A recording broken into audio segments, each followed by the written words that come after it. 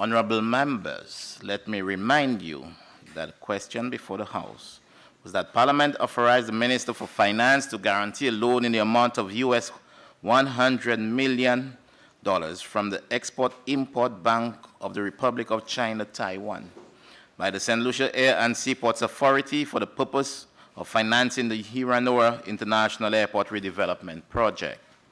And be it further resolved that A, the loan is repayable over a period of 20 years from the date of the first disbursement of the loan, inclusive of a 5-year grace period. B, the interest is payable at a rate of 6 months London Interbank offered rate plus 1.5% per annum. C, the loan payment shall commence after the grace period of 5 years has expired.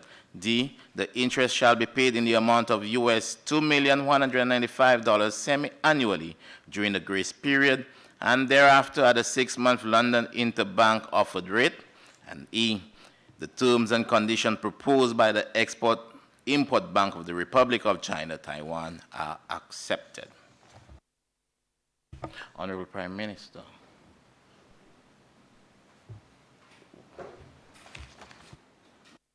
Mr. Speaker, I beg leave from you and from the House. Apparently there was an omission this morning in the submission of documents, so it was papers really to be laid before the House. One is the CIP St. Lucia Annual Report 2017 and 2018, and also the Invest St. Lucia Annual Report for 2017. And I, again, seek apologies on behalf of the of Parliament for this omission. And hopefully the opposition or members of the House will understand. But again, just wanted to have that officially inserted. Honourable Member for Ancillary Canneries. Thank you very much, Mr. Speaker. Mr. Speaker, as I rise to support this bill, I would like to first salute and thank the people and the government of the Republic of China, Taiwan, for their continued commitment and for their ever-strengthening partnership with the government and the people of St. Lucia. Mr. Speaker, I would like to bring my own thanks to them for the many projects, including the loan that we're discussing, the motion being discussed here today, for the many projects and development initiatives that they have undertaken in our various communities. And on behalf of my constituents, I would like to register our sincerest and most heartfelt gratitude for their long-term commitment towards the development of our people in St. Lucia. Mr. Speaker, much has been said today about this motion laid here by the Minister of Finance, which seeks to borrow $100 million from the Taiwanese bank. Mr. Speaker, the airport project, I would like to reiterate, has been eloquently mentioned here by quite a few speakers on this side. I cannot stress, Mr. Speaker, how critical the airport development project is and how important it is, Mr. Speaker, for the continued advancement of the tourism sector and for the continued building of the capacity of the government to create jobs and economic opportunity through the development of the tourism industry, which, Mr. Speaker, today accounts for somewhere in the region of about 65% of direct, indirect, and induced contribution of our GDP. Mr. Speaker, at present, the island records in the region of 386,000 stayover arrivals in international tourists that come to our country. Mr. Speaker, this figure continues to rise significantly because the latest stats from the Tourist Board suggest that we have an overall tourist arrival increase of about 10.2%. But leading that charge, Mr. Speaker, is the stayover arrivals, which records, Mr. Speaker, a 2.6% increase. Mr. Speaker, this follows a figure last year which showed that stayover arrivals grew by some 10%. And if we do an average, Mr. Speaker, of the last 5 years, we will see that the growth rate is quite healthy. And the path of the arrivals for tourism over the last 10 years, we would see that the trend has been upward, barring crisis situations such as 9/11 and also the world economic crash. It therefore, Mr. Speaker, suggests very clearly in terms of the numbers that the airport project has become absolutely necessary to not only end the overcrowding situation at Urinora International Airport, but, Mr. Speaker, it does one fundamental thing, and that is it increases the customer experience to our destination, Mr. Speaker. And it improves, Mr. Speaker, the reputation of that destination. And so when I hear arguments that suggest that or fight against the development of this project, Mr. Speaker, I take very strong umbrage to it. And Mr. Speaker, it leaves me rather perplexed that we would actually have such suggestions coming out of the belly of the opposition. Mr. Speaker, tourism is our bread and butter. And, Mr. Speaker, we need to service that sector. There's no bones about this. We absolutely need to ensure that the necessary investments are made so that St. Lucia remains competitive. We look at projects that are happening. Montego Bay Airport was mentioned today. The government of Antigua has also completed a massive upgrading, a new terminal at the international airport there. Just next door, St. Vincent and the Grenadines, Mr. Speaker, have actually instituted a brand new airport. And albeit they don't have the room stock to support their airport as yet, Mr. Speaker, the airport certainly has made them a lot more competitive as a tourist jurisdiction. Mr. Speaker, there are several projects in the pipeline for St. Lucia, projects that could yield results of about 2,000 new hotel rooms, Mr. Speaker, in the next 5 to 10 years. And, Mr. Speaker, what you don't want to do is to increase that capacity and then all of a sudden find yourself in a place whereby you need to do something about your airport. And so what we are doing here, Mr. Speaker, is to philosophically make the point that we have to be proactive about how we go about developing this country. And the airport certainly is one of those projects by which this government hopes to continue on that trend, whereby we are proactive, Mr. Speaker, rather than reactive to the various developmental agendas. Mr. Speaker, much has been said about the rise of the debt to GDP ratio by the opposition as we debate the financing of this project. But, Mr. Speaker, little has been said about the revenue ratio, the debt servicing ratio of the country. And I wonder, Mr. Speaker, whether this is convenient by the opposition to tell the people, well, you know, the debt to GDP ratio is going to be impacted, but not at all mention, Mr. Speaker, the fundamental point is that there will be no negative impact on the debt servicing ratio in the immediate term of the country. I don't think that anyone has said today that they can foresee the debt servicing ratio being impacted. And, Mr. Speaker, a fiscal picture cannot be painted, and it is very much incomplete without making sure that you measure and you analyze all the fiscal indicators of the country. So while, yes, the debt to GDP ratio will be impacted, that is natural, that if you're going to borrow money. But what does the opposition have to say about the debt servicing ratio, which certainly is going to receive much safeguarding here today? Because the Prime Minister has said over and over and over, like a stock record, Mr. Speaker, that this project does not only come with a $35 revenue stream for SLASPA, but, Mr. Speaker, don't forget that this has given us the opportunity to raise $73 in new revenue per passenger. And so, Mr. Speaker, in addition to $35 per passenger which goes to servicing this loan, the government still has at its disposal to make other strategic and smart fiscal decisions, Mr. Speaker, with an additional 35 and how much is 73? Your math is very good. 48 $48. No, you're misleading me. But $78 you said. Right? And so, Mr. Speaker, there's still a lot more money. So one of the things that we said that we will do, and the leader of the opposition quoted the IMF report, but really failed to say to this honorable House, Mr. Speaker, that one of the things that the IMF has said to us and has given St. Lucia flying colors for is for pioneering the Climate Change Resilient Fund.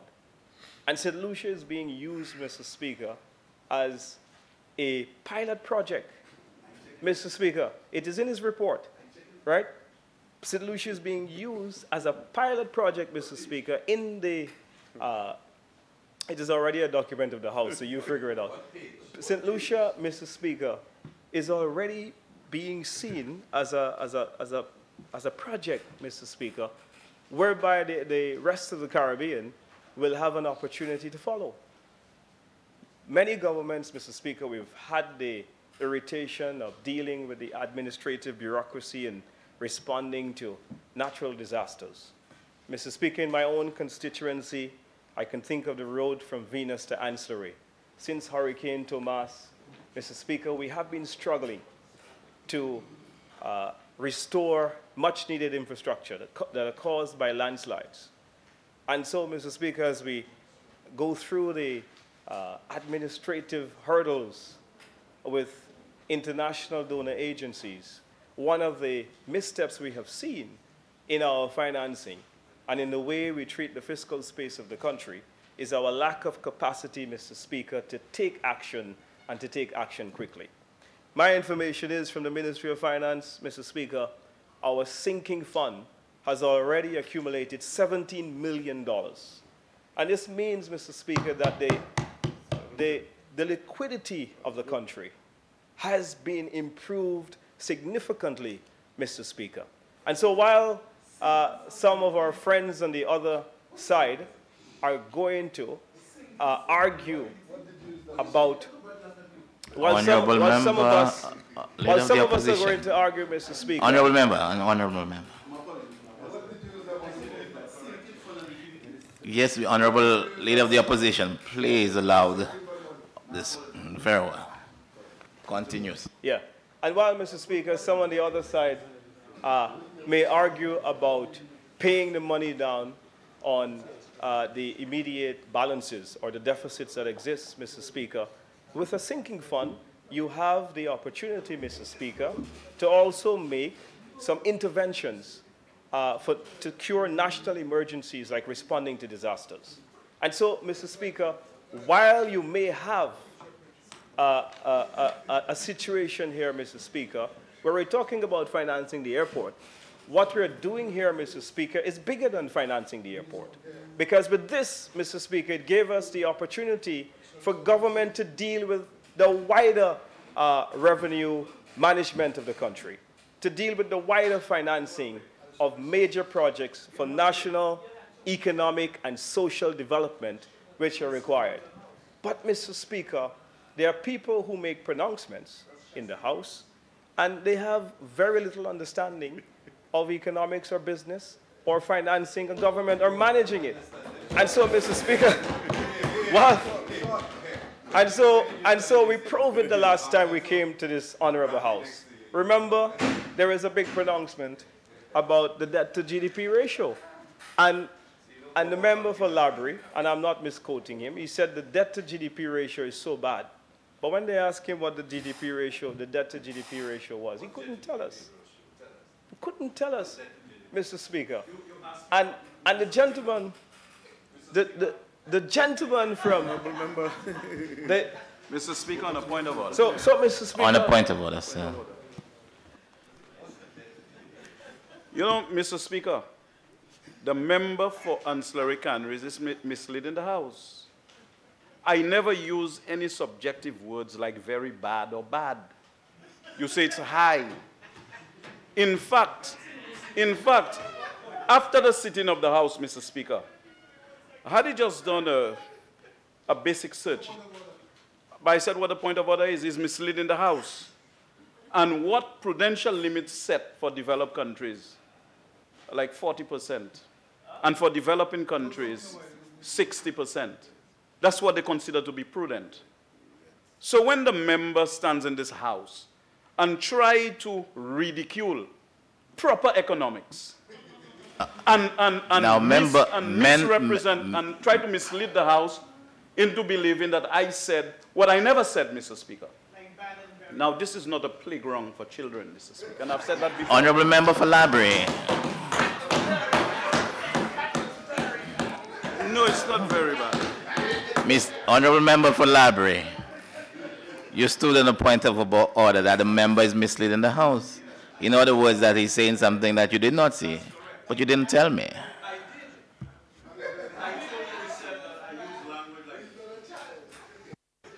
Mr. Speaker, I am quite conversant with the subject of economics. I never use anything like bad or very bad. Now, last sitting, he said so. I corrected him. And apparently, he has come to this House, and he wants to assume the dual role of being a parliamentary nuisance and a political irritant in this House. This is not a playground for children. Honourable Member. Yeah. Thank you. Thank you. Thank you, Mr. Speaker. Mr. Speaker, I'm very proud.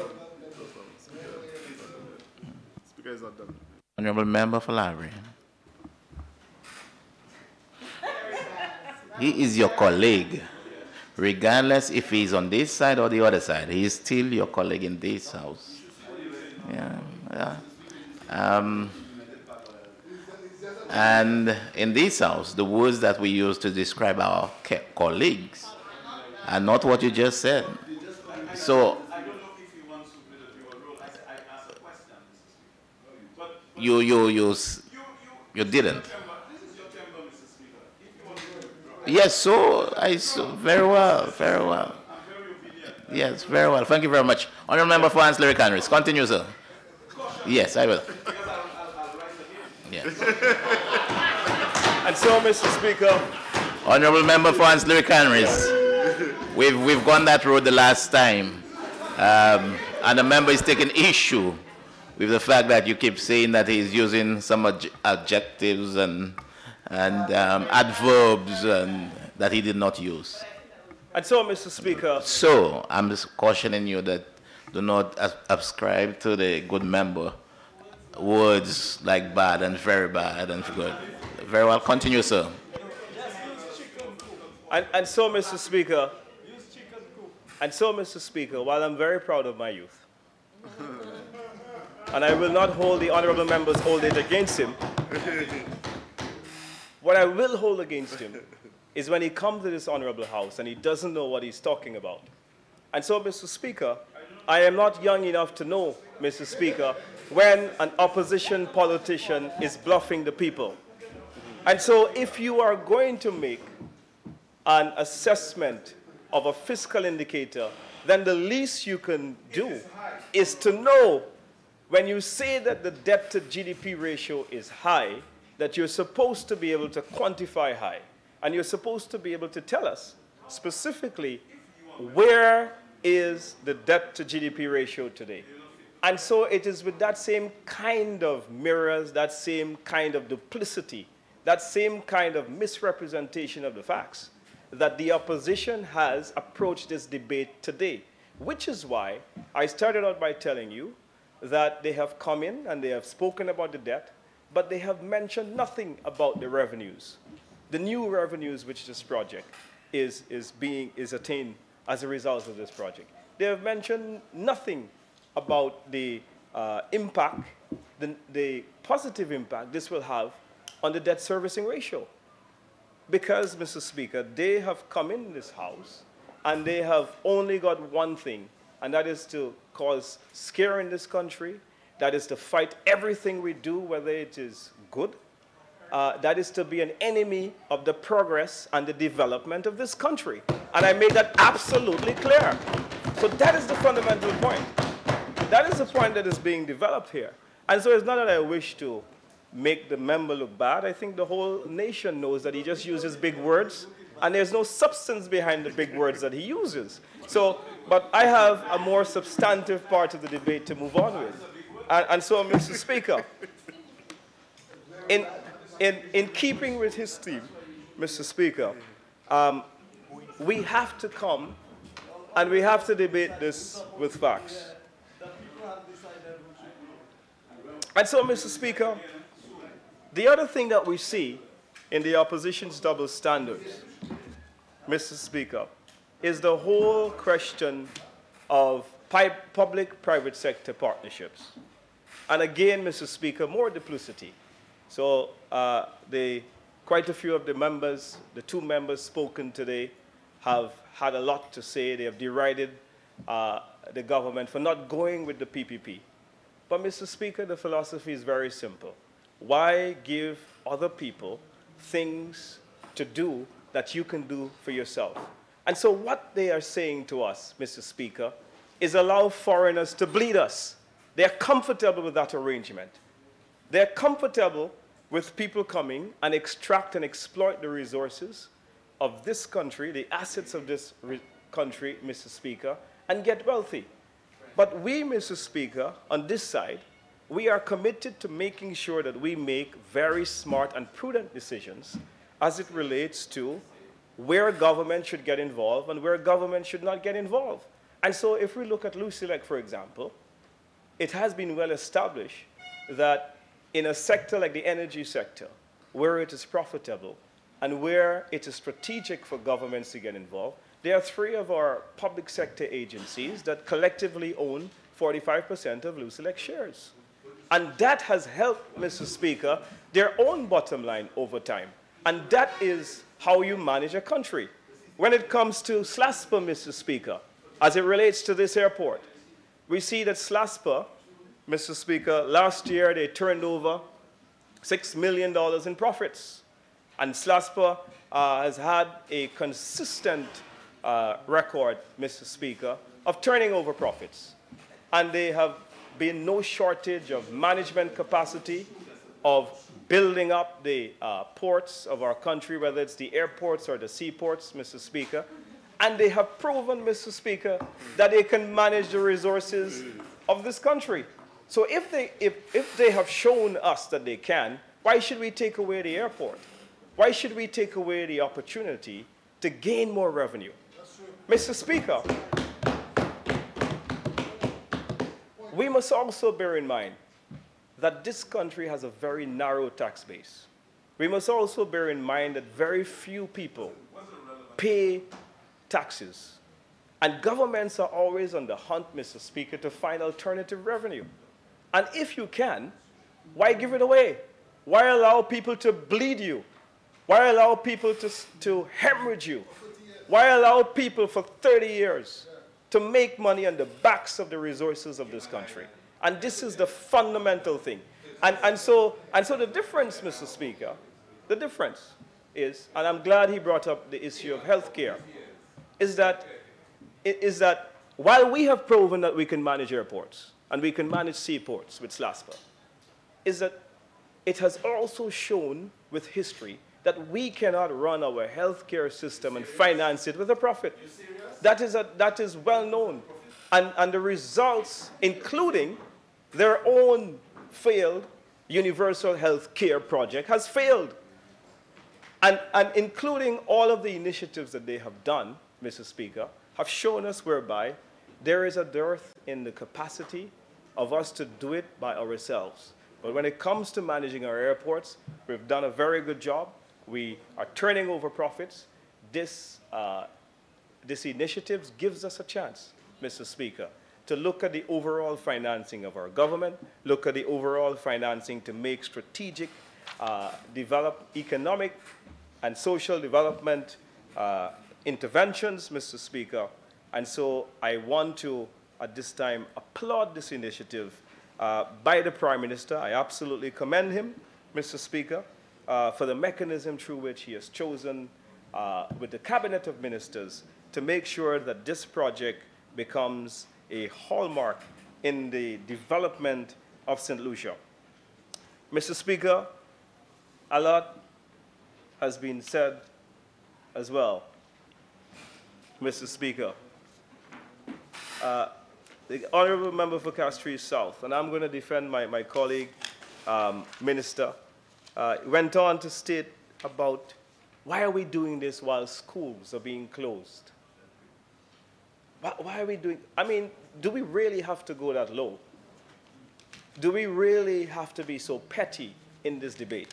But fail to mention, Mr. Speaker, that the Minister of Education this year and still is in the process of upgrading our schools nationally with a $10 million project. And I want to say thank you, use the Honorable House to say thank you to her for all of the investments that she has made in schools in my constituency, in their complete rehabilitation. And so the people, the students in the Canaries infant school now are better off than they ever was under the leadership of the St. Lucia Labour Party. Thank you, Minister. The students of the ancillary primary school are absolutely in a better position than they were ever under the 10 or 15 years of this administration. Thank you very much, Madam Minister, for your generosity. And, Mr. Speaker, I thank her so much for the investments she has made in the ancillary infant school, even though it is owned by the Catholic, Mr. Speaker. She has went in there and she has enabled and boosted the infrastructure. Mr. Speaker, but my gratitude for the Minister of Education is not complete as yet, because I must also thank her for schools in Millet. I must also thank her for schools in Jackmill. And so as we spend, Mr. Speaker, 10 times more than we have on rehabbing our schools in St. Lucia, all across the country. Mr. Speaker, I find it absolutely disappointing and absolutely sorrowful that the member for Castries South would misrepresent the facts as it relates to the minister's own record and the government's own record on the development of schools and the attention that we have given to them. And I reject that statement that we're spending money on an airport whilst we are neglecting the schools and closing secondary schools. This is the sort of rant that they go on. Try to mislead the public. Try to tell people lies. They have one statement or a position in a particular matter while they're in government. I mean, recently, Mr. Speaker, I've had cause to tell the second leader of the party, what is his real position on DSH, right? Honorable Member. What is his real position on DSH? Honorable Member. What is his real position? Honorable Member so for Canaries. I will leave this house today. The damage is done. Honorable Member, please don't. I have allowed you all the latitude to thank the Honorable Minister, but I think you've crossed the boundary. So can you get back to the motion at hand, please? Yes, Mr. Speaker. So, Mr. Speaker, as we debate this important motion, it's important that we're consistent in our positions. It's either we support PPP or we don't. What is our real position on PPPs? It's either, Mr. Speaker, we support raising the taxes. I mean, we have debated in this Honorable House that this same duplicity, where they have come in and they said that this project will enhance or it will affect tourism arrivals. They said that the extra revenue will make us uncompetitive. They argued that when we came to this Honorable House to set the fees. And then what did we see, right? A cabinet conclusion by them intending to do the very same thing. The very same thing of increasing the airport development tax by $55. The same thing that they said while they were in opposition. It is unthinkable. It is unconscionable for the UWP government to have done. But, Mr. Speaker, it is all in the name of politics. And that's what's sad about this whole debate. As I sat and listened to it, very little facts, very little care for the development of this country. Mr. Speaker, I remain unconvinced that the MPs on the opposite side are concerned about the impact that this could have on the development of our country. But they are just looking, Mr. Speaker, for every opportunity where they can extract political mileage. And that has been true on their position on Dolphin Parks. That has been true on their position on DSH. That has been true on their position on borrowing. Mr. Speaker, the gentlemen have the heart. You know, they say men lie, women lie, but numbers don't. Mr. Speaker, on table 38 of the Social and Economic Review, okay? And I'm going to use, it's a table, table 38. It has a number of years. You check it. You have one. And so, Mr. Speaker, I will use the last, the years from 2011 to 2016. Mr. Speaker, the total outstanding liabilities for the government of St. Lucia in the year 2011 was $2.378 billion. Mr. Speaker, under the leadership of the member for Viewfort South, who was the former Minister for Finance, Mr. Speaker, in 5 years, they racked it up to over $3 billion. $3 billion. And so, Mr. Speaker, we see a massive increase of over $800 million, Mr. Speaker, in the stock of debt increased by that administration. Now, if I went back, Mr. Speaker, and you use this book, the years between 1997 and 2001, you will see, Mr. Speaker, that when the United Workers' Party administration demitted office in 97, the debt to GDP ratio was just over 40%, well below prudential limits, right? By the time they, and I use a word from the member for Micoud South, Micoud North, while as leader of the opposition of this House, called him the worst economic manager in the Caribbean. And I endorse that statement today, Mr. Speaker, because it is clear in the numbers. She wasn't lying. The numbers supported her. So how could we take anything from the worst economic manager in the Caribbean? I cannot do that. And I say so with no bones. You cannot come and fool people with words, but you must back up your words with what the stats are saying. By the time he demitted office in 2001, the debt to GDP ratio, right, was near prudential limits. Borrowed and spent and taxed and did all kinds of stuff like it was a frenzy. And now today, they are criticizing us for borrowing. I tell you the figures, go and find them. Doubt what I say, right? Right? So, Mr. Speaker, I have no time for them. I have no time for their misrepresentation of the facts. Mr. Speaker, I have no time for their ill-fated economics. And, Mr. Speaker, I have absolutely no time for the self-interest.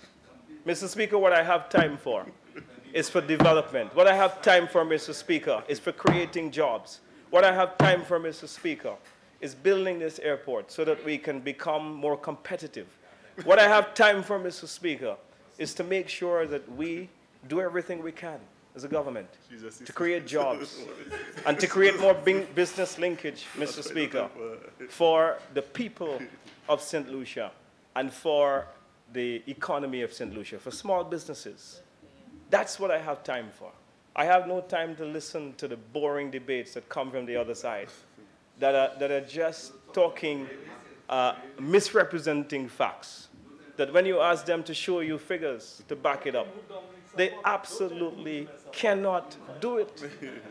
And so that's the point, Mr. Speaker. Let us be consistent in this House. Let us back up what we say.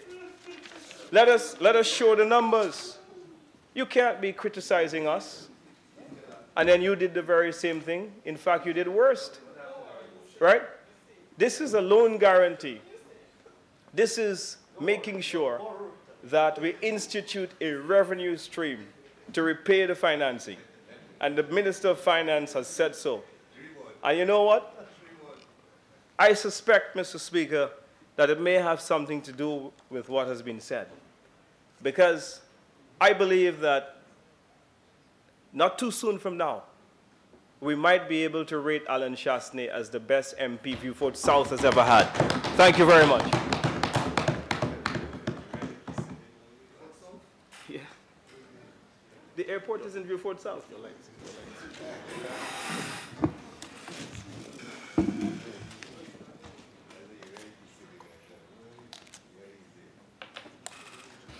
Honorable Member for Beaufort North.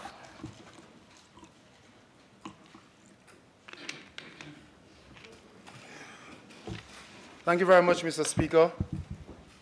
Mr. Speaker, I rise to contribute to the debate, a very lively debate on the loan guarantee of $100 million for SLASPA by the government to ostensibly what the Prime Minister indicated, to refurbish the Hiwanura International Airport. But before I go into my contribution, Mr. Speaker, I'll ask you, even at this very early stage, to allow me to wish my constituents well in this season. And although we have other motions, at each occasion I wish to continue to ask them to be well in this season of strife, frustration, and be at peace.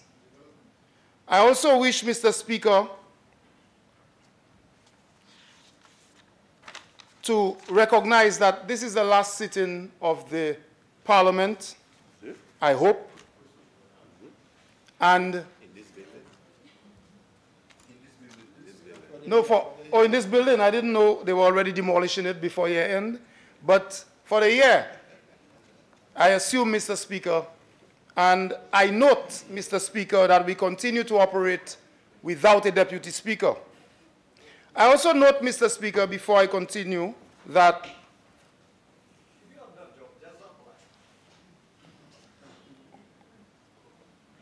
of all of the important statements that members opposite wanted to make this morning, you can see where the heart of this government is. I heard no statement on crime this morning, Mr. Speaker. I think the number of homicides are somewhere like 42. 7 in the last 2 weeks. In the last 2 weeks, 7.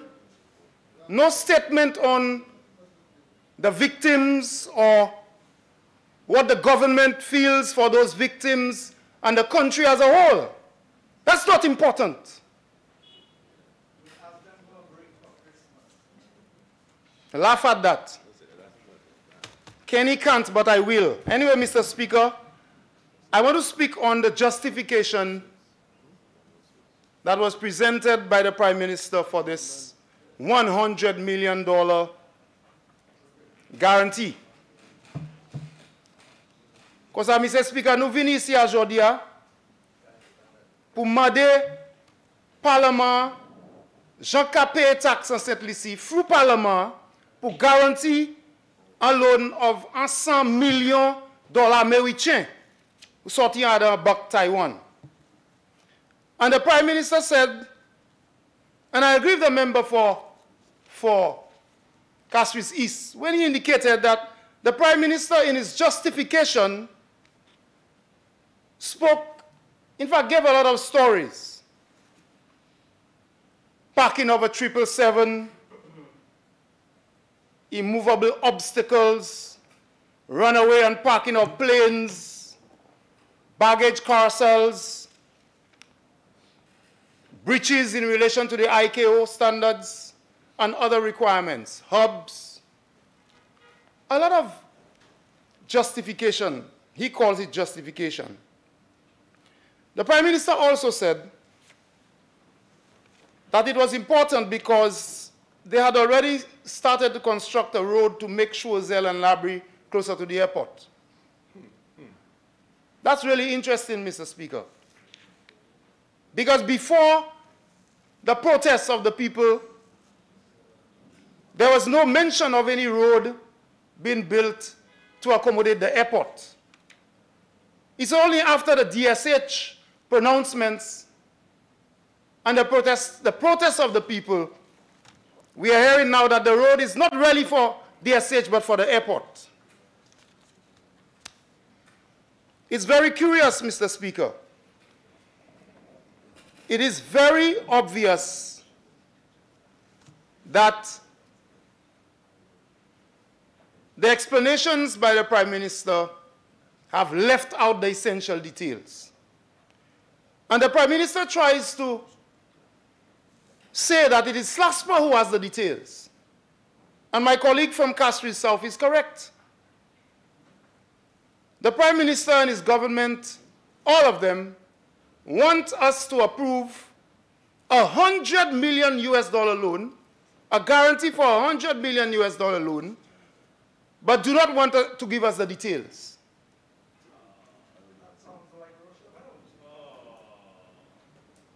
Do not want to give us the details. I understand even more, every time I come to Parliament, Mr. Speaker, why the member for Castries South is said that we just start to cry. And I will follow the colleague from Castries South when he asks the people not to cry. And if they're saying we are the ones crying for them, let it be so. But not to cry.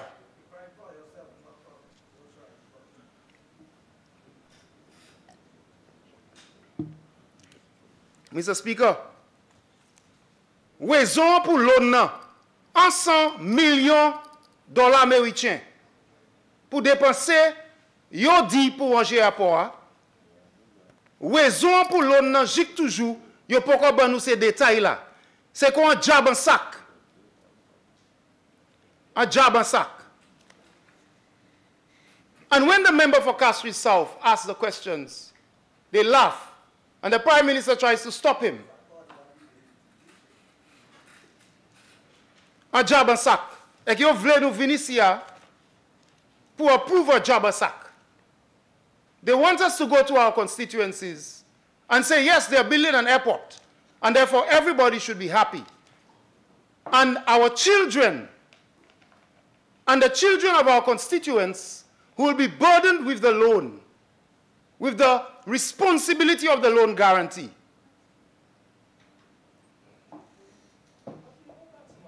Have to just take it.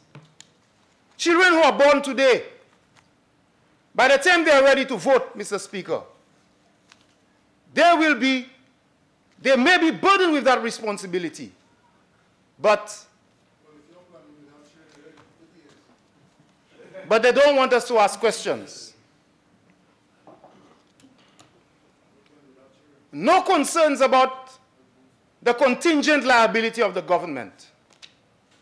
So it's as if SLASPA is taking the loan, so why worry?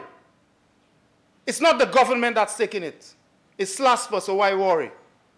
And I have heard no discussions about contingent liability. And maybe in his rebuttal, the Prime Minister may wish to respond, although he prefers to let St. Lucians bray. But I'm hoping that I'm not braying, that he will respond. Mr. Speaker, it is very curious that the Prime Minister indicated that the government or SLASPA will need more than $100 million to complete the project. And the Prime Minister said that during the first 5 years, there will be savings and more work will be done. A pièce explanation. We do not deserve an explanation.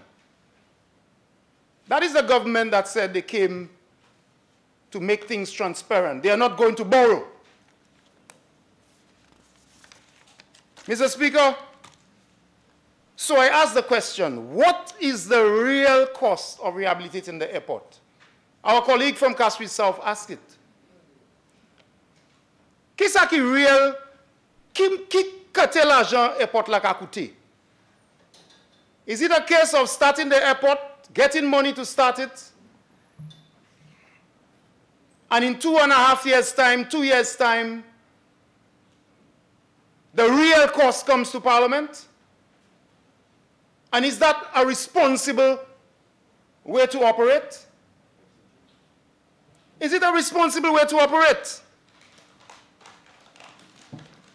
Is the airport 100 million US dollars? Is it 200 million US dollars? What is the real cost of the airport? Personne passe à dire nous combien l'aéroport a coûté.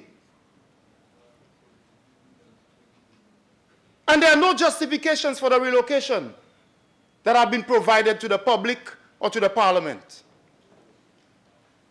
They have gone ahead to build the roads around the DSH site, and during the last rains, Mr. Speaker, over 3 feet of water rushed across the runway. En haut 3 pieds glo qui partait jamais fait avant because of Sayo Cafe body DSH rushed across the runway, the very place they have said they're going to put the new airport. So, have there been geotechnical studies? Est-ce Lazani expert qui a fait study? Parce que the place they're thinking of putting the airport is at a lower elevation than where the current airport is. What are there studies that have been done? If we are going to get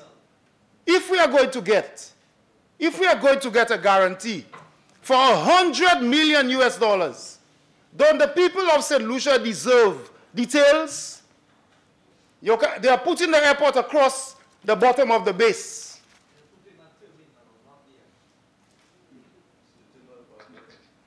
They are putting the airport across what is called the Kakabeth. What implications are there, Mr. Speaker, for the whole aerodrome? Have we now cut off access to land around the Kakabeth area? All of these answers, you know, they laugh because they are the experts.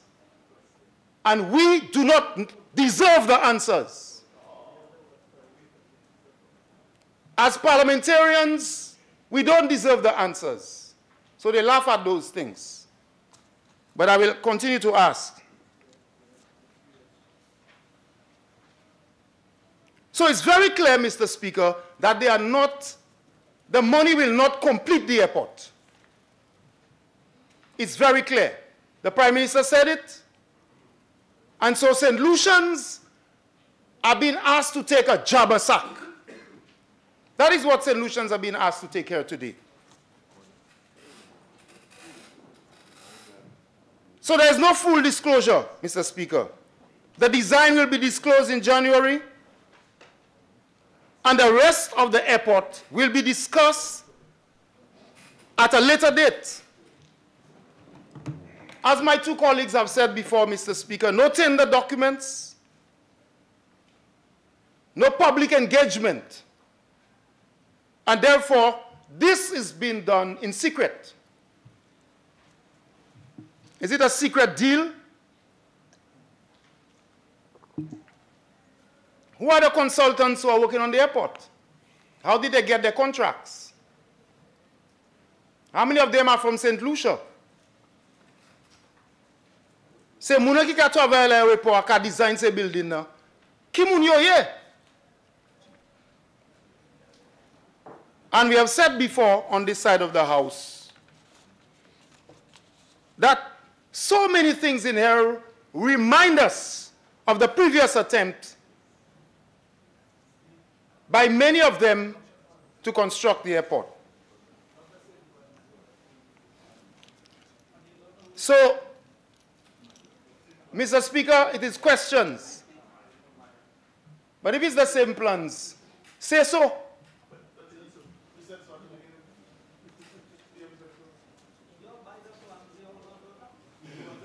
If it is the same plans, Mr. Speaker, aboza yoka shout par l'autre side. But it's the same plans, it's the same plans. So why it's still Just changer location, just changer tout bagay, but it's the same plans. Prime Minister says it's still You all are doing something in secret. We don't have the details in the parliament, exactly. So it's not the same. and we are held to guarantee $100 million US dollars. It'll be the same again. And there's nothing for that. Shouting across the table will not achieve the fact that we do not have the details. What this is all about, Mr. Speaker, is not about 737s and parking and who is sitting where. We know the airport terminal needs to be refurbished. We know that. And the refrain of we will do it. You all were there before and you all did not finish it. And there are reasons for that. What is happening here, Mr. Speaker, is clearly a continuation of how this government has been operating. So this is not just about the airport. Ça qu'a fait Jodia, c'est manière gouvernement qu'a opéré. They came into government, found a project on its way, stop it. Because there are things in there that must happen the way they want it to happen, for particular reasons. And there are lots of other examples, Mr. Speaker. It is about concentrating power to get hold of resources as long as there is benefit to their friends and preferred agents. That is what it is. That is what it is. And this is happening at the expense of the majority of St. Lucians and the responsibilities of the majority of St. Lucians and the burdens that have been placed by that same government by the majority, on the majority of St. Lucians, Mr. Speaker. And I will tie that in a while, because we're talking about guarantees, we're talking about loans. Mr. Speaker, Samuel Kadia say, zafè yo ka fè airport la. Nou brisé manger airport terminal la. Mais du bout projet qui te a commencé là yo vinn pouvoir. C'est pas about airport là. Parce que ça a fait un l'autre projet. Yo vinn yo joindre qui yo du bout. Et là regardez ça yo ka fait. En chaque exemple, c'est qui manière pouvoir yo ka mettre pouvoir à de yon place parce que yo vle c'était moun obligé on la meilleur pouvoir ça là. And will there be any independent reviews? My colleagues before me have asked the questions. Will the contracts go to tender? And what about the Taiwanese connection? It is interesting, Mr. Speaker, and I'm hoping that with the quantum, $100 million US dollars, I'm hoping, Mr. Speaker, that the procedures to access, to have the funds accessed will be proper, by the contractors will be proper.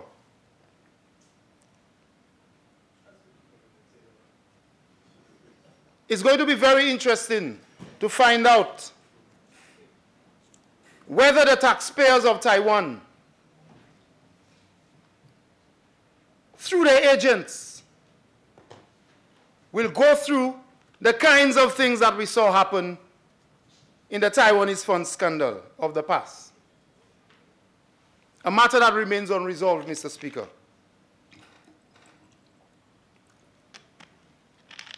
And for many people, explanations and poetry about, yes, we need the airport and Viewfort and the South and so on, they believe that that caters for possible improper procedures. And because you get the airport, you should not follow procedures because the people want an airport, give it to them no matter what happens. It's really a choice It's really a choice, Mr. Speaker. Gouvernement ça c'est un choix yo qu'a fait. C'est choix yo pour mettre airport là avant l'hôpital là. Is the choice to choose horse stables and starting gates before bed sheets at Victoria Hospital? Is the choice? It's a choice. That's how this government is. C'est choix yo pour faire ça, except ça yo qu'a fait. It's not about the general population.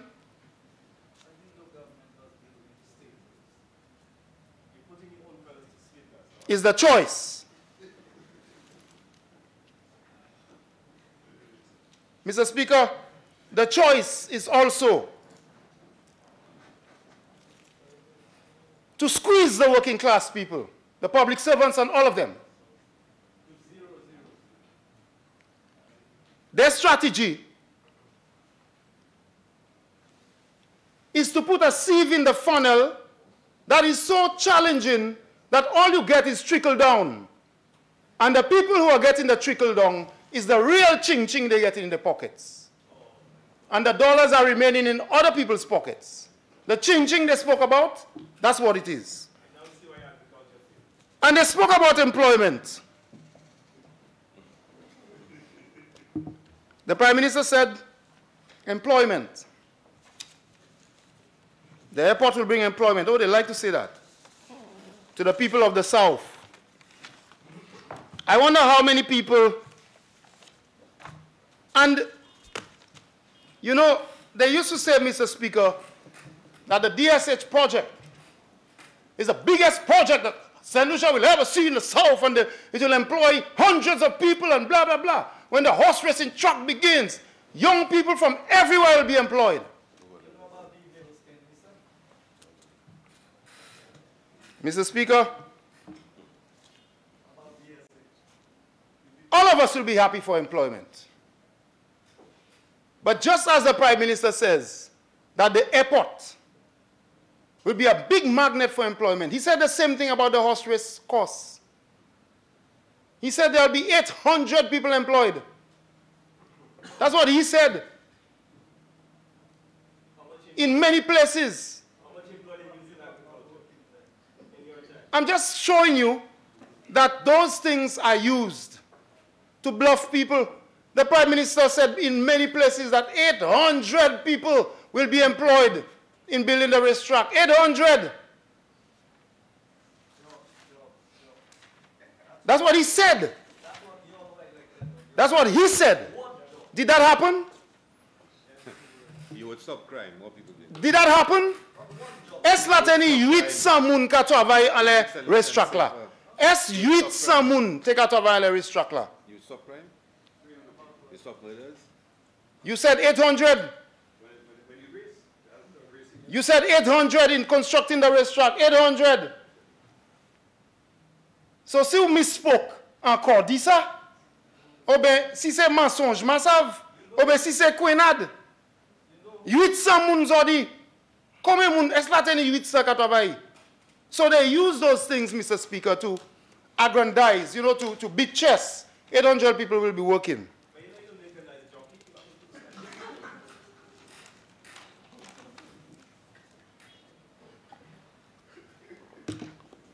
Mr. Speaker, I have lots of nice explanations in Creole to explain that to you, but I will not do it here.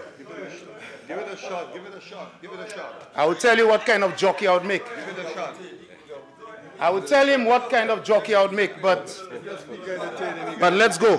So, Mr. Speaker, moi just voulais savoir, many réponses by Zafé jockey là, mais ma idée ici. Give it a shot.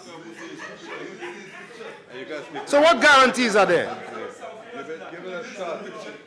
You can't speak Creole. So, Mr. Speaker, it is part of a trend of making St. Lucians strangers in their own country. Connaissez pas cet lycée?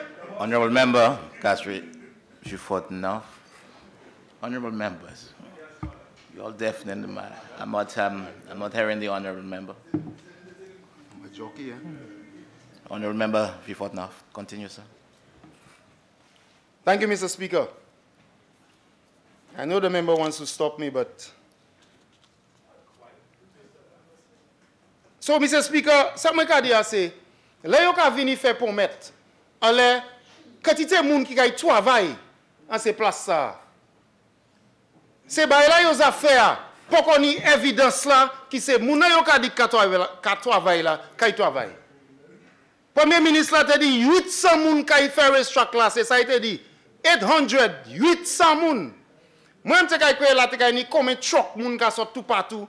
Combien truck moun. Mais si 800 moun pas fait restructure là. Massa ça ka parle about. And at the same time, Mr. Speaker, this is the same government, you know, that takes away people's land. They stop an airport project. They come and tell you all kinds of things about a road is being built because of the airport and not the DSH. How they're making things better for people. How if Kenny couldn't, I will. And this is the same government that goes around and jukes people with taxes. So you did read the email about how Kenny would make it happen? Because, Mr. Speaker, they are not the ones, and those people whom they are facilitating, they are not the ones feeling the $13,000 in gas tax on fishers. Because those whom they facilitate don't go to sea. They are not the ones. So when the fishers are paying $13,000 in tax every year in fuel tax, they don't care about that. Mr. Speaker, when they are doing all of this, guaranteeing a $100 million US $100 million loan, and we don't know how much more is needed. All of that is hidden somewhere. The job and sack. When they are doing all of that, they are also causing public servants with a little car to spend $6,000 in additional gas taxes. And they tell you things are better. And when they are doing all of that, Mr. Speaker, guaranteeing a $100 million US loan from the Taiwanese, they want to give away our hospitals to private entities. And when they are doing all of that, Christmas time is coming, Mr. Speaker. They have added $1 to the cooking gas. And you know why? I tell you, Mr. Speaker, I get them. You know why? Because Christmas time is when endless more people using the gas. So you have to buy more gas tanks, they'll make more money and collect more tax. So they added $1 to it, Christmas time. Heartless people, Mr. Speaker. And they come here to guarantee $100 million US. And even at the level of the cooking gas at Christmas time, when people are baking their little things and stewing a little meat, after all the hardship that they have created to try to be happy, they add $1 to the gas, the cooking gas. There's a set of people who care, Mr. Speaker. Say, Munsa Abamele. So for them, $100 million US is nothing. For them, $100 million is nothing.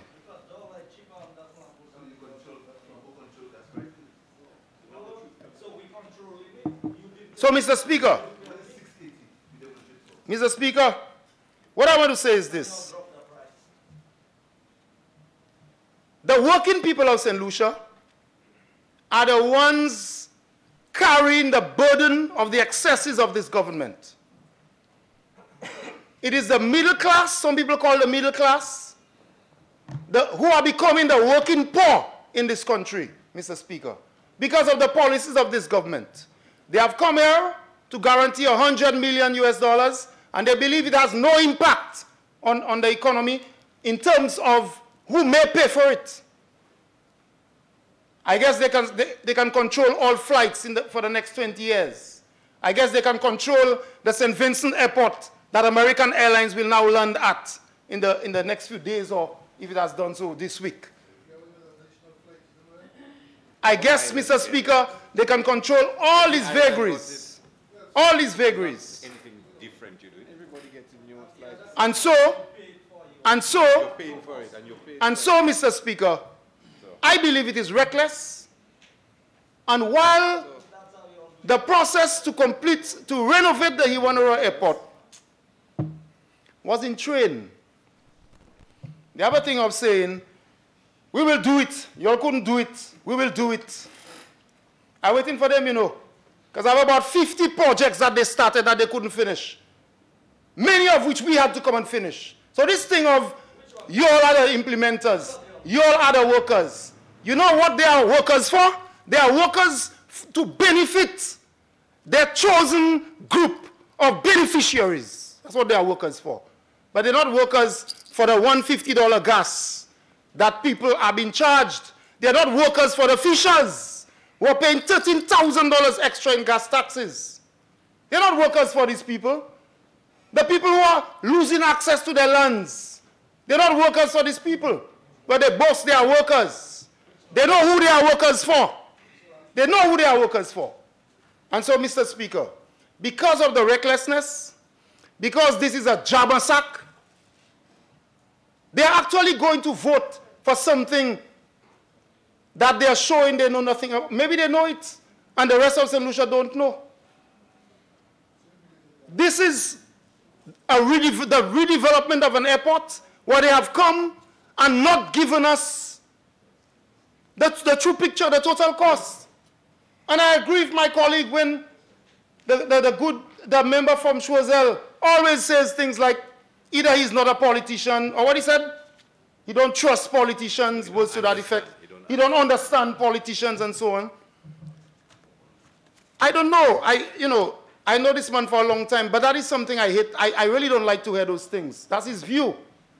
But I believe politics is a noble profession. I believe politics is important. I believe politicians have an important job to do in the country. So the notion that, you know, this negative thing about politicians, they are bad politicians. They are bad politicians. But imagine you're going to guarantee a loan of $100 million US, and you do not have the full details of the project. But you're not presenting the project to the parliament. This is highly irresponsible.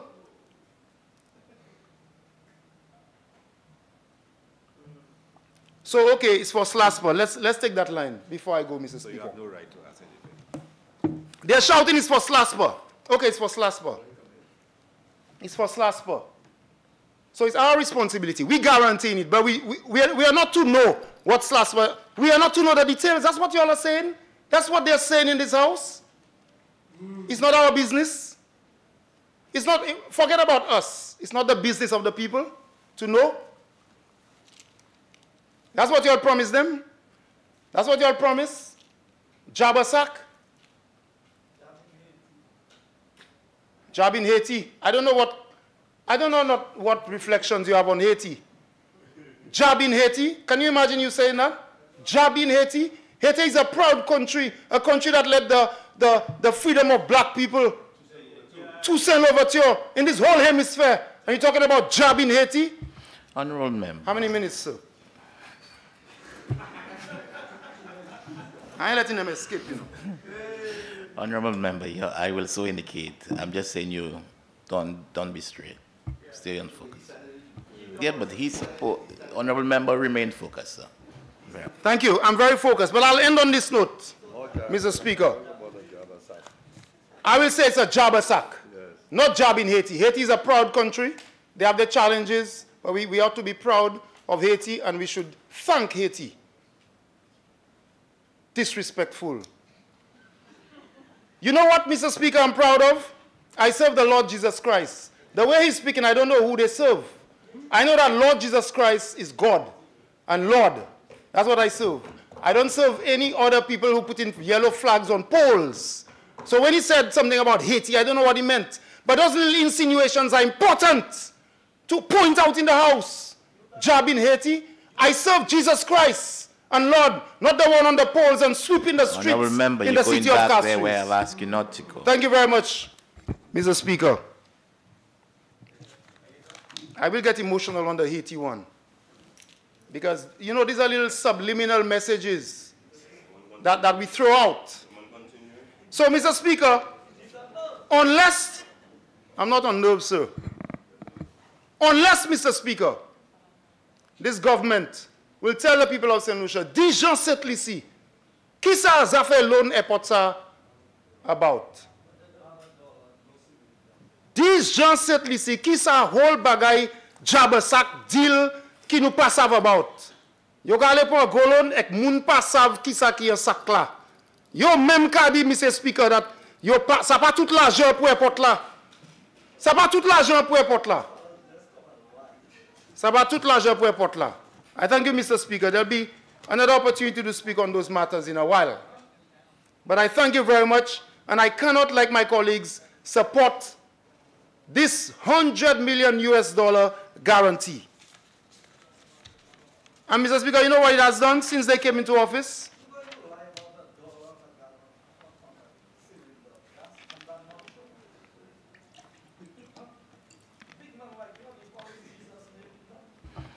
Honorable member.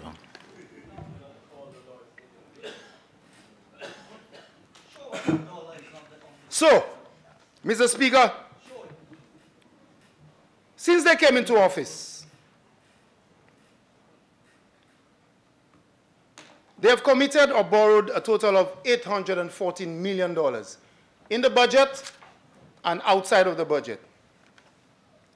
Think about it, and I want you, Mr. Speaker, to think about it. I want you to think about it for a moment. And Mr. Speaker, I want the parents who are pregnant, mothers who are giving birth, people who have little children, people who are working, to think about this. Every month, on average, since this government came to office, when you look at the loans, it's $27.14 million per month, every month. Every week, it's about $6 million per week. And every day, it's close to $1 million, 0.97 something. Think about it. So when you go to sleep tonight, and you get up tomorrow, it's $1 million that they borrowed. When you go to sleep on Wednesday, and you get up on Thursday, say not $1 million, you got put it. So if they continue at this rate, I want you to calculate, Mr. Speaker, if they continue at this rate, how much they will borrow. I thank you very much, Mr. Speaker.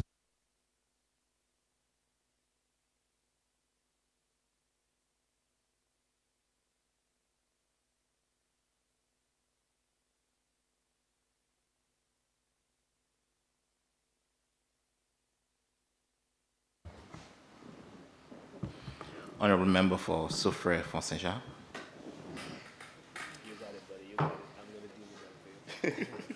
Thank you, Mr. Speaker. Mr. Speaker, I rise to give my unwavering support to the motion as presented by the Honorable Prime Minister and Minister of Finance to borrow US $100 million for the redevelopment of HIA.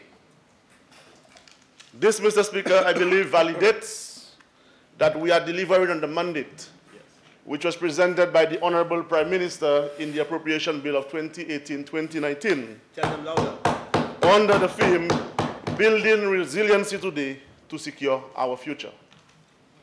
And of course, Mr. Speaker, the motion before us clearly indicates the interest in attaining resiliency in our infrastructure with the construction or the redevelopment of HIA.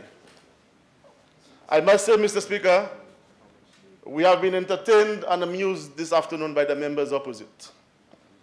That is all it is, entertainment and amusement. Nothing factual, nothing logical, nothing sensible. Just pure entertainment and political stunts, Mr. Speaker. Mr. Speaker, it seems to me that the members opposite, particularly the member for South, Castro South, and to an extent, the member for Viewfort North, the only interest is about the contractors and subcontractors. But if I go through the motion, Mr. Speaker, the motion today is simply to guarantee the loan agreement for SLASPA. And the terms of the guarantee are stated right there in the motion, A to D. That's what we came here for, to guarantee the loan agreement. That's all it is. If you had questions about who are the contractors or subcontractors, refer it to SLASPA. They are the implementing agency. Ask SLASPA about subcontractors and contractors. And why is it you are so interested in contractors and subcontractors? Leave that to SLASPA. Hold a forum with SLASPA. Or direct it to the minister. The minister will direct it to the relative personal agency.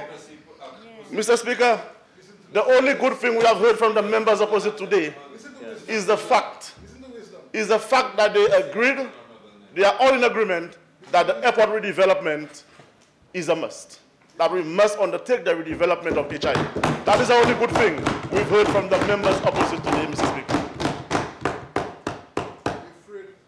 And, Mr. Speaker, as the Prime Minister alluded early on in his deliberations, in his statement, in about 12 years' time, this government, this country, SLASPA, would have paid off the airport instead of 30 years. So it means that, Mr. Speaker, the 18 years of the additional monies which would have gone to a foreign entity will now stay in St. Lucia, and we can use it in the infrastructure of this country, in the socio-economic development of this country, Mr. Speaker. And that is prudent management, Mr. Speaker. Only the workers on this side of the Honorable House could come up with an agreement like this. And let me say, Mr. Speaker, that the solution to the development of HIA did not just come overnight, you know. It did not just come overnight, Mr. Speaker. Since 2014, members on this side of the House met with the IFC. And from that meeting, we knew that the agreement was flawed. And we needed to revisit that agreement and put something better on the table. And the Honorable Prime Minister, with his resoluteness and his resiliency to the development of this country, approached the Taiwanese government. And today we are in this Honorable House, Mr. Speaker, guaranteeing the loan of $100 million for the redevelopment of the HIA. And with the support of the men and women on this side of the House, Mr. Speaker, come next year, early next year, between January and February, we are going to commence the construction of HIA and further improve the livelihoods of the people of the South. And this, Mr. Speaker, this project brings tremendous benefits and opportunities to the people of Soufrière-Fonséjac. From Vieux-Fort South, from Vieux-Fort North all the way down to Soufrière shall benefit tremendously from the development of HIA. Development of HIA, Mr. Speaker, brings into perspective home porting of the cruise ship terminal, which we are negotiating right now. And home porting simply means, Mr. Speaker, that on a weekend, the ship is going to be berthed in Vieux-Fort. You are going to have all those flights coming from different parts of the world. Some people come the day before, they embark. Some people come 2 days, 3 days. It means that those people, those individuals, Mr. Speaker, will be staying on island. They will be going to guest houses. They will be going to hotels. They will be going to A&B establishments throughout the southern part of St. Lucia, all the way down to Soufrière. These are people, Mr. Speaker, who will be going to the sites and attractions. Improve business, more business to sites and attractions. More tour guides, more tour operators will come into the foray. New entrepreneurs are going to be emerging because of the development of HIA. New businesses, existing businesses are going to expand, more hiring, and there is going to be that trickle-down effect all the way, Mr. Speaker. Farmers are going to benefit. Fishermen are going to benefit. Taxi drivers are going to benefit. Bakers, just name it. The list goes on and on and on, Mr. Speaker.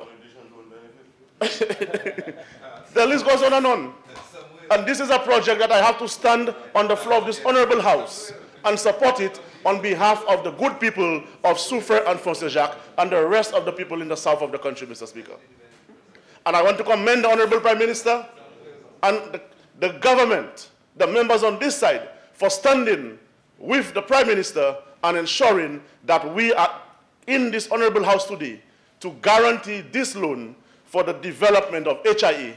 And therefore, Mr. Speaker, the Honorable Prime Minister, this House have my unwavering support for this loan agreement. And I would like to thank the government and people of Taiwan for coming out and helping us with this loan for the development of HIE. I thank you, Mr. Speaker. Well said, well said.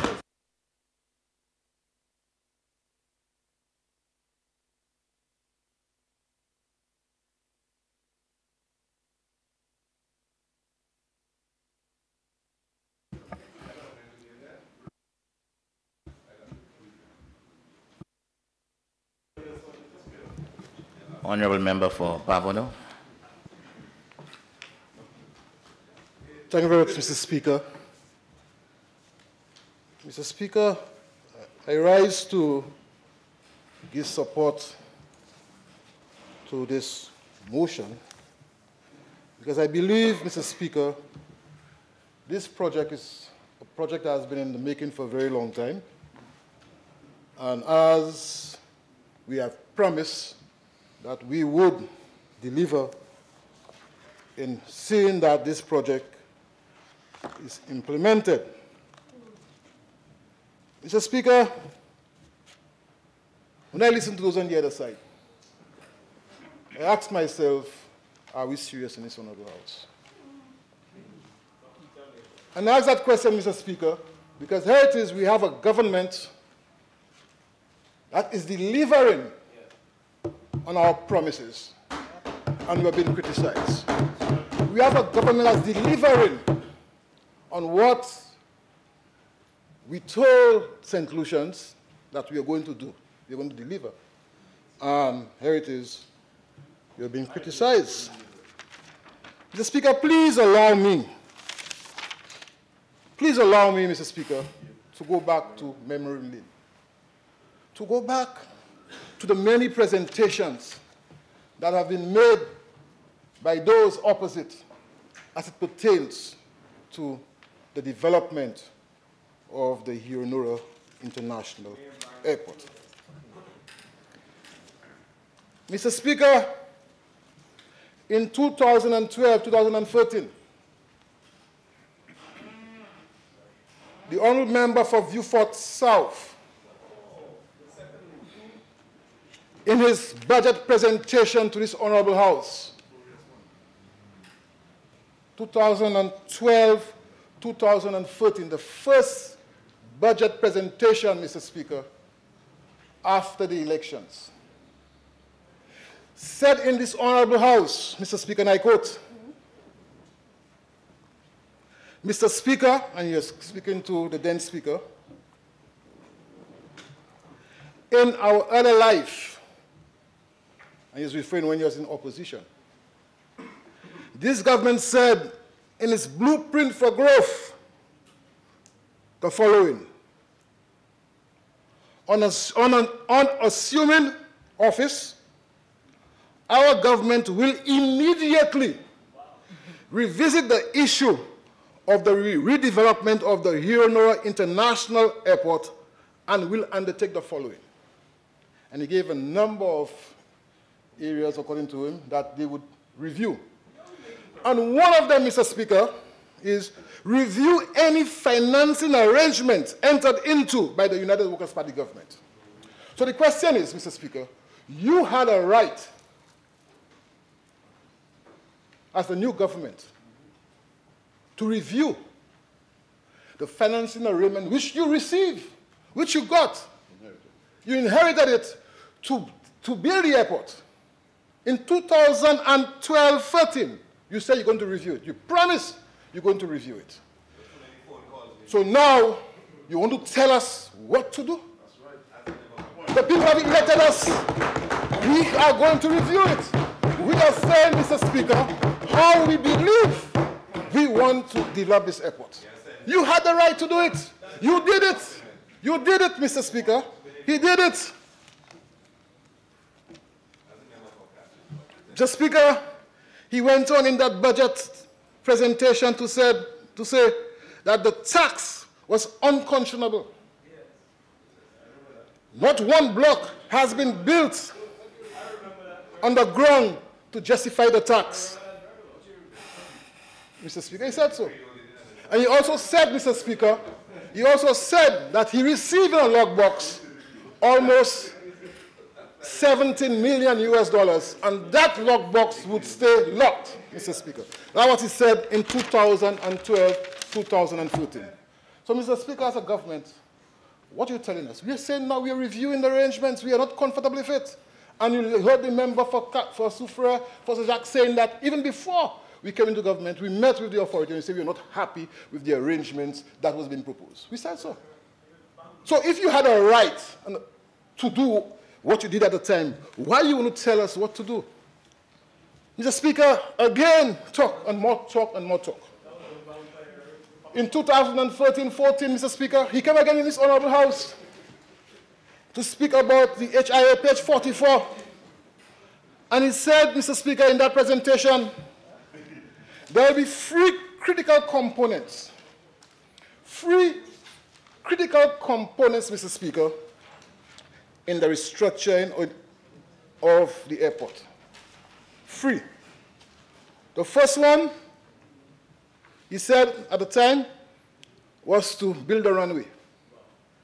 And he allocated $54 million to rebuild the runway. Did he do it? The second one, he said, Mr. Speaker, was to construct a new terminal at a significantly reduced cost. Wow. Did he do it? In 2013, 2014, to construct a new terminal at significantly low cost. Did he do it? And he said, Mr. Speaker, work will proceed immediately to effect construction of FOB and other things. Immediately. Remember, Mr. Speaker, this is 100 million immediately to create jobs. How long it took? Immediately. Well, with lawyers, immediately. You know? But, Mr. Speaker, I believe the member opposite, although the members opposite should say, look, here it is that we, after 2.5 years, we have revisited the arrangements, right?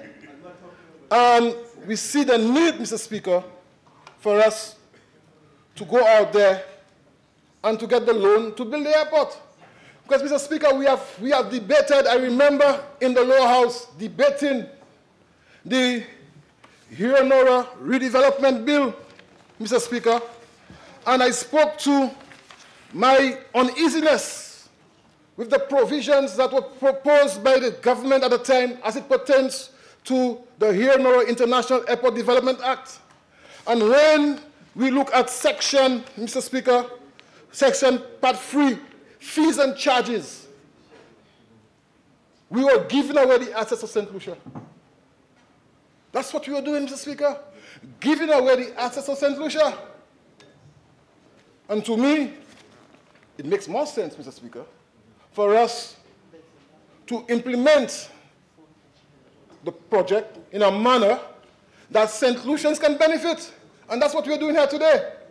And you have heard our members who have spoken before me articulate the ways and means by which we shall see St. Lucians benefiting. I remember saying, Mr. Speaker, when we calculated the fees that was being proposed in the private-public partnership, the PPP, the Speaker, it has been proposed by the members opposite. Sorry?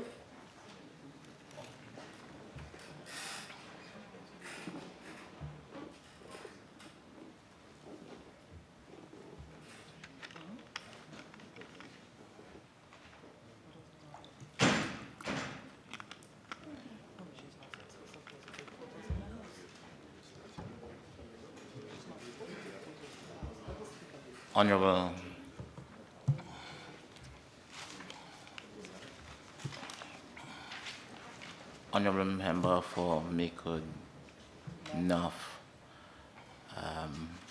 your concerns is being dealt with very well. Honorable member for Gabon, proceed, sir. Thank you very much, Mr. Speaker. Yes, I was saying, Mr. Speaker, I remember when we discussed that act, the Hirno International Development Act, Mr. Speaker, we said we were not comfortable with the arrangements in the act. We said so. It's nothing new. We believe, during the time we debate it and we discuss it, that the proposal that was being presented to us, Mr. Speaker, was not in the benefit of St. Lucians. Proposal la gouvernement étoile la lettre gouvernement, parti étoile la lettre gouvernement, porter un cahier pour parler about airport là, partir en faveur St. Lucien. Nous travaillons tout l'argent, nous pour collecter, pour compagnie, pour 40 years. Et puis là nous calculons combien l'argent that company started at. It was almost $900 million over 40 years. That makes sense? Is that good management? Ça pas manière ou contrôler business pays. And we are saying that we believe and we know and we are confident, Mr. Speaker, that we can do it better. And that is why we are here today with the wisdom of our Prime Minister to approach the government and people of Taiwan, and I want to express our appreciation to the government and people of Taiwan for understanding and appreciating the need to give that support, and appreciating the impact that this project is going to have in the South. Et puis ça, Mr. Speaker, vous êtes là pour 5 ans, vous n'avez pas fait. Nous avons commencé, so vous paie. Vous paie, nous avons fini St. Jude's, nous avons fait fois au bon l'hôpital, vous paie that nous avons fait airport là, vous paie that nous avons mis DSH en vieux fort, vous paie that nous avons mis port là en vieux fort, so vous paie. You pay. That's the only reason, you know. And that is why they are here defending and getting on, because they are afraid. After all these projects will be implemented and the impact will be realized by the people in the South, they are afraid. And we know why they are afraid. We know. But that will not deter us, Mr. Speaker. And I want to say that those members who are speaking on the opposite should remember their track record. They should remember the promises and commitments they gave to persons in the South as it pertains to developing the South, Mr. Speaker. And I'm sure we will deliver, and we are a cabinet made up of men and women that delivers on the promises that we have made, and I'm looking forward to the commencement of this project, Mr. Speaker. Thank you very much.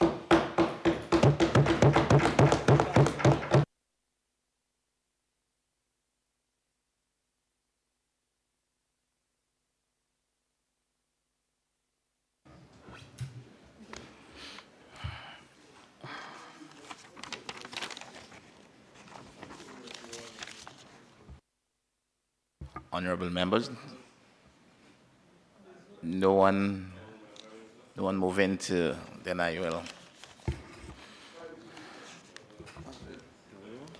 Honorable members, the question is that Parliament authorizes the Minister for Finance to guarantee a loan in the amount of US $100 million from the Export-Import Bank of the Republic of China, Taiwan, by the St. Lucia Air and Seaports Authority for the purposes of financing the Hiranura International Airport Redevelopment Project. Be it further resolved that A, the loan is repayable by over a period of 20 years from the date of the first disbursement of the loan, inclusive of a 5-year grace period. B, the interest is payable at a rate of 6-month London Interbank offered rate plus 1.5% per annum. C, the loan payments shall commence after the grace period of 5 years has expired. D, the interest shall be paid in the amount of US $2,195,000 semi-annually during the grace period, and thereafter at the 6-month London Interbank offered rate. And E, the terms and conditions proposed by the Export-Import Bank of the Republic of China, Taiwan are accepted. I now put the question. As many as of that opinion say aye. What was that? What was that? Honorable members. But you can't put the question in there. Honorable members, I am not going to sit here and do a yo-yo left or right who's going to speak. You're supposed to catch my eye, I'm expecting you to catch my eye. If you don't catch my eye, Your head is bowed, Mr. no. There was a movement between yourself and the member for Castries Southeast who's going to speak. Nobody indicated on the government side, nobody indicated on the opposition side. It is my obligation at that point to put the question if nobody is going to speak. This was on.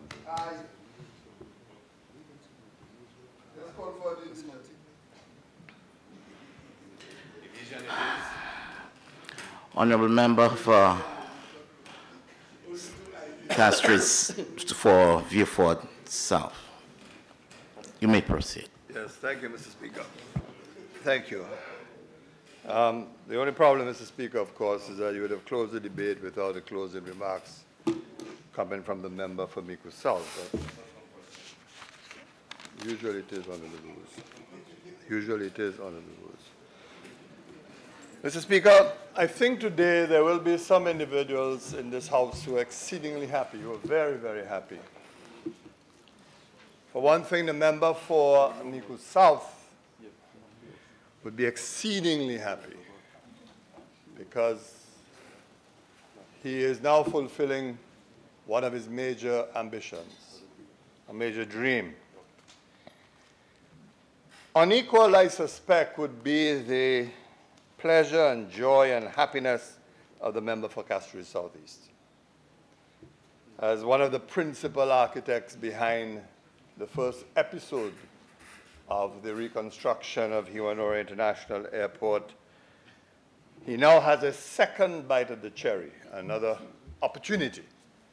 And nothing, I guess, pleases a member more than the satisfaction, Mr. Speaker, that a goal, objective, a plan of a sitting government is realized or is being realized.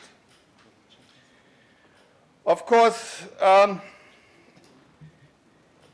the member for Ancillary Canries is euphoric. And I'm sorry I'm missing him because I wanted to see his reaction while I'm saying this, you know, the benign pleasure that I derive from seeing his reaction. But other persons too would be happy. The associated consultants who are in line to receive these monumental consultancy fees, etc., for this airport. And critically and crucially, the management hierarchy, or the majority of the management and hierarchy of SLASPA would be elated. Now, we have a habit in this House that for political reasons, sometimes we don't like to speak the truth. But uncomfortable as the truth may be, there are times we need to speak that truth, even if, of course, inconvenience is the order of the day. No question, because there were members in senior positions in SLASPA who were steadfastly opposed to a proposal by the former government to allow for a PPP arrangement for the airport. So they would be elated because they too share the philosophy that they must be given the opportunity to handle the resources, handle the benefits for the St. Lucia Airport and Seaports Authority. So they would be elated. So, Mr. Speaker, at long last, we see the birth of the idea. At long last, we see that a government in opposition who had fiercely opposed the PPP arrangement now has the opportunity and to prove their proposal right. Because for months, for years, that has been the sole argument that the airport must be reconstructed by the government of St. Lucia. Mr. Speaker, for me, it's a matter of regret that we do not have Hansard with us and updated copies of Hansard. I don't know, Mr. Speaker, what is happening at your department, but we are missing updated copies of Hansard. And I say so because this afternoon might have given me an opportunity to reflect on some statements that have been made in Hansard from time to time. I've heard a lot of economic heresy in this House. But some of it, I think, we take in jest in lighter moments. Member for Castries Southeast, I think, one suggested that the reason why the economy grew by 2 or 3% is because you reduced VAT by 2.5%. But I think everybody understood that was a Freudian slip of sorts and didn't take it seriously. But I've been in this House, I've heard the member for Miku South say in clear and open terms that the philosophy is that once you create a revenue stream to pay for the investment, no. A revenue stream to pay for the investment or pay for the project, it has no impact on that. And that was said, I believe, at that last meeting, if the leader of the opposition is also confirming that he heard what I heard. To be frank, I was astounded, I was shocked, because this is supposed to be the guru in economics. And I don't pretend to be an economist. I still treat myself as a lawyer, teacher and lawyer. I never go and serve an economist. But then, today is a living refutation of that philosophy.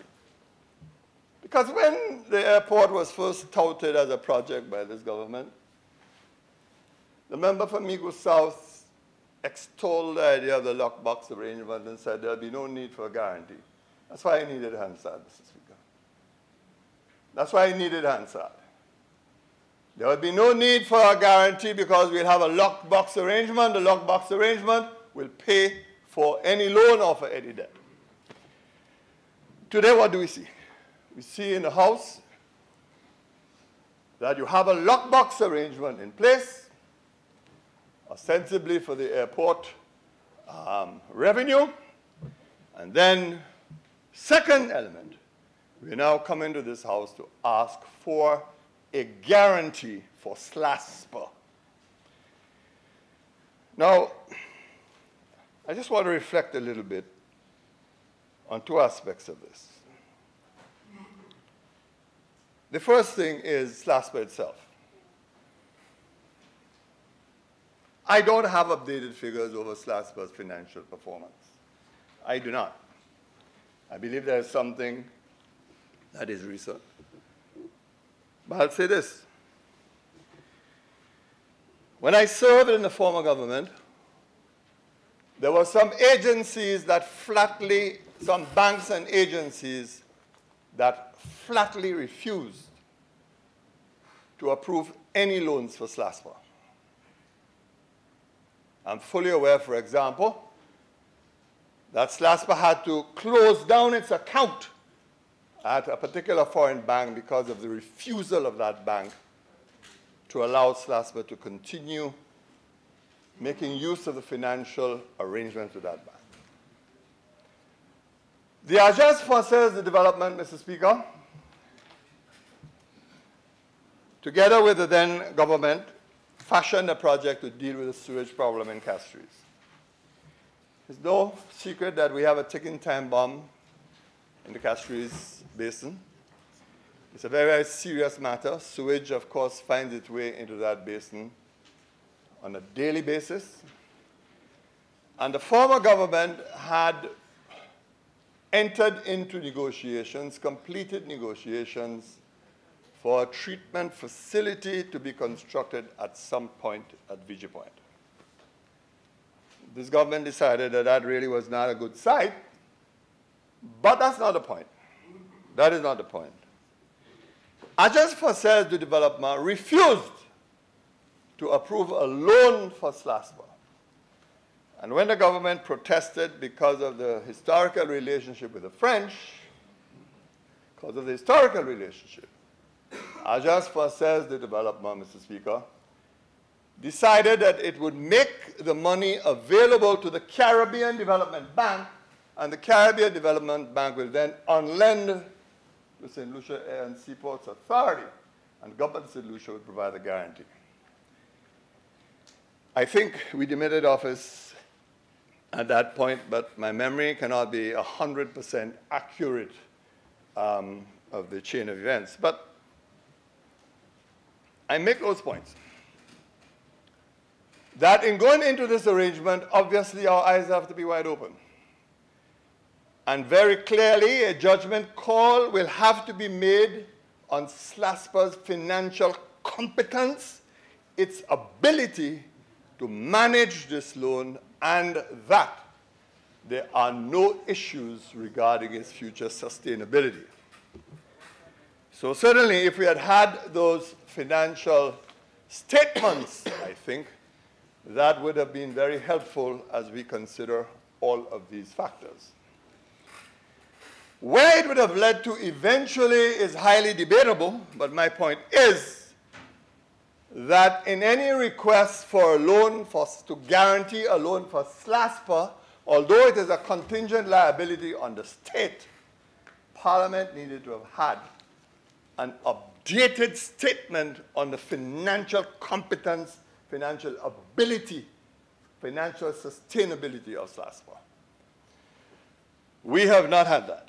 All of us assume that SLASPA is in the greatest financial health and that the lockbox arrangement, which we now see does require a guarantee, is in place. Of course, SLASPA may have had its own reasons why it has approached the government to approach Parliament for a guarantee, maybe because its act says so, but it could also be the case that SLASPA knows full well that you go into a loan of this magnitude and you're going to rely on a lockbox arrangement, there will be legal problems down the road. So that's resolved. So, Mr. Speaker, here we have a situation where we are told that the revenue stream for SLASPA will pay for the investment, the project. There'll be no impact on debt. But I didn't hear him. I may have missed it fully. But this morning, we saw a dramatic reversal of that position when a member for Mico South admits that the debt to GDP ratio will rise as a direct result of this investment. So there was a reversal. What astonished me, Mr. Speaker, this morning was that the honorable members from Mico South tells the House there will be no impact on the revenue of the government of St. Lucia.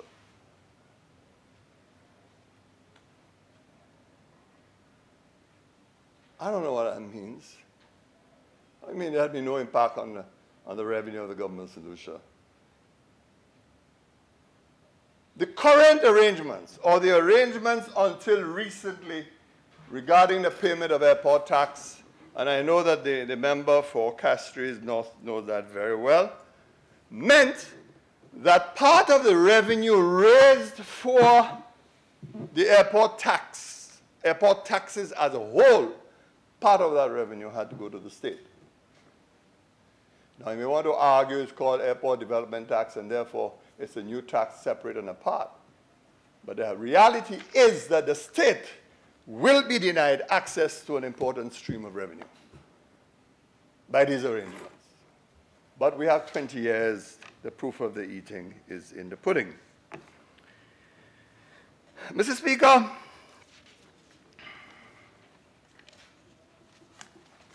I find it alarming that honorable members in this House can extol the fact that this project will be for the benefit of all the people in the South. We're in charge. We are in charge. And it sounds nice to tell people we are in charge. We are delivering on promises that we run things. But Mr. Speaker, we have a duty to this country as well. We have a duty to this country to tell the country what are the implications for them in the future, given the magnitude of this loan. I do not recall if it is, as a member for Castries South says, the largest loan that the House has approved. I don't remember, to be precise. But there is no question that it is a massive loan, bearing in mind that is not the only loan that we are dealing with. Now, Mr. Speaker, when you are compelled to come to Parliament to get a guarantee for a loan, all of us in this House know it impacts on our debt to GDP ratio. It accumulates our debt figures. How then can you tell the people of St. Lucia that this will have no effect for the future? It is all well and good for members in this House to ridicule the past. I hear the ridicule all the time. You are Minister of Finance. 0, 0, 0. You're the worst Minister of Finance that St. Lucia has ever seen. And mind you, it is the Lilliputian in the House who says that, you know. The Lilliputian in the House who says that, you know. But you know, Mr. Speaker,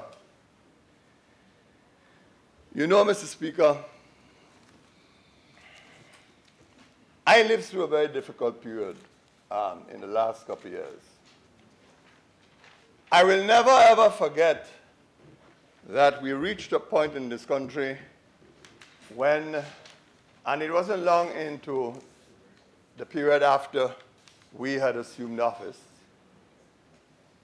that St. Lucia found itself in a very difficult situation, and I say not long after we assumed office, that there were loans maturing on the horizon and it was not in a position to pay these loans. I will never forget that we received a memorandum from the then Ministry of Finance laying out the options of the situation, and the straight advice from the Ministry of Finance at the time was, you have to go to the IMF and undertake a restructuring of the St. Lucian economy to save the St. Lucian economy. I organized, Mr. Speaker, for many nights, for many, many nights. In the end, I decided that I will not go down in history as taking St. Lucia to the IMF. I will fight it. That's what he's ridiculing. Those sacrifices. That's what he's ridiculing. And I was fortunate enough, Mr. Speaker, at the time, to be able to secure the support of the government in Trinidad and Tobago for a loan of $40 million to help tide us over that period of that payment. Mr. Speaker, my simple point is this. There comes a time when, given the nature of the debt that you have, you may find yourself facing difficulties to actually pay that debt. It could be that your debt to GDP ratio is not outrageous, say like Jamaica, or say like even Grenada, it's at 85% or 90%. But if you do not have raw resources, and if you're going to end up having to borrow to pay previous debt, then you get into difficulty, because that was the fundamental difficulty that we faced. So when we say that we are delivering on promises at any cost, it doesn't matter that we're in charge. The sobering reality is that even if at the end of the day you might be able to meet your commitments to your lockbox, and that assumes everything is equal. As somebody said this morning, that you have no hurricanes. God forbid. You have no earthquakes. I mean, God forbid. There's no major downturn in your economy. Of course, we're now beginning to feel the full impact of Brexit with the numbers in our tourism plant, our hotel plant. We're now beginning to feel it, and it's going to get worse. Do you have a compendium of all of these factors to take into consideration as you look at this situation for the future? So, Mr. Speaker, this notion that somehow St. Lucians must not be worried about this or be consumed in this is, in my view, utter foolishness, utter madness. Because someday soon, when you see the difficulties arise, then they wouldn't be there. Yes, well, they wouldn't be there, but the reality is going to be the people of St. Lucia to face the music. No growth that is engineered solely on the basis of loans survives. And I understand that you all had the Prime Minister of Grenada here for what? For the convention. He came down on a private jet too. He was boasting of the private jet. Oh, I didn't know all of that. That's interesting. But anyhow, he is one of the principal architects of an economy. Mr. Speaker, on a point of order. What is the point of order, Prince? Mr. Speaker, the honorable member is misleading the House. Mr. Speaker, he suggested that the tourism industry is beginning to feel the effects of Brexit. And I would, he said we're beginning to feel the effects of Brexit, and therefore it's going to get worse. Those are his words, and I quote him. But Mr. Speaker, as minister with direct responsibility for that industry, I take that rather personal.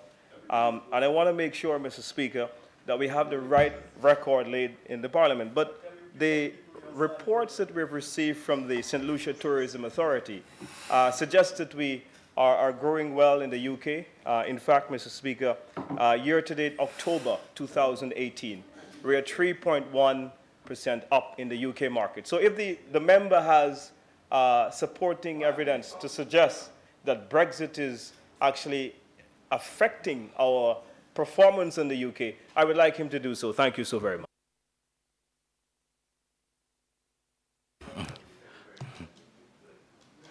You may continue.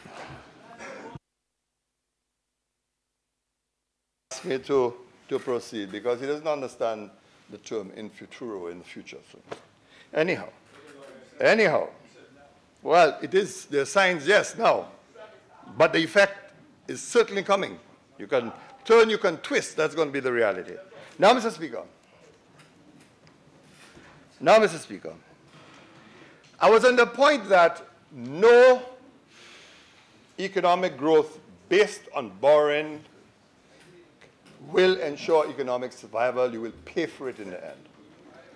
And I was given the example of the current regime in Grenada when the Prime Minister in his former life borrowed heavily to drive growth in Grenada. And whereas the other islands were struggling at 2%, 1%, 3%, he was 6%, 5%, 4%. When you went to the ECCB meetings, everybody wondering how Grenada, and what was he doing? Borrowing money to set up factories for call centers, left, right, and center in Grenada, employing people, and the bottom came out. Well, it smacks of Ojo Labs. That's the reality. But he's not the only one. The same thing happened in Antigua. The identical thing happened in Antigua. So when you see we are very busy accumulating debt at the rate that we are, and I, for one, understand that any government has to borrow, but the issue always being what is responsible borrowing. And the issue for the opposition is this. This is an act of recklessness. That is what it is. To be adding between 5 and 10 points to your existing debt ratio. Mr. Speaker, there's another dimension that intrigues me in this matter. And I notice we have not touched it. I believe my colleagues gave a very clinical analysis of the implications of this loan. It is the foreign policy dimension. And of course, there was an interesting exchange this morning as to whether the Export-Import Bank that is mentioned in the resolution before the House is an independent entity, or it is an independent entity with special relationship with the state of the Republic of China, Taiwan.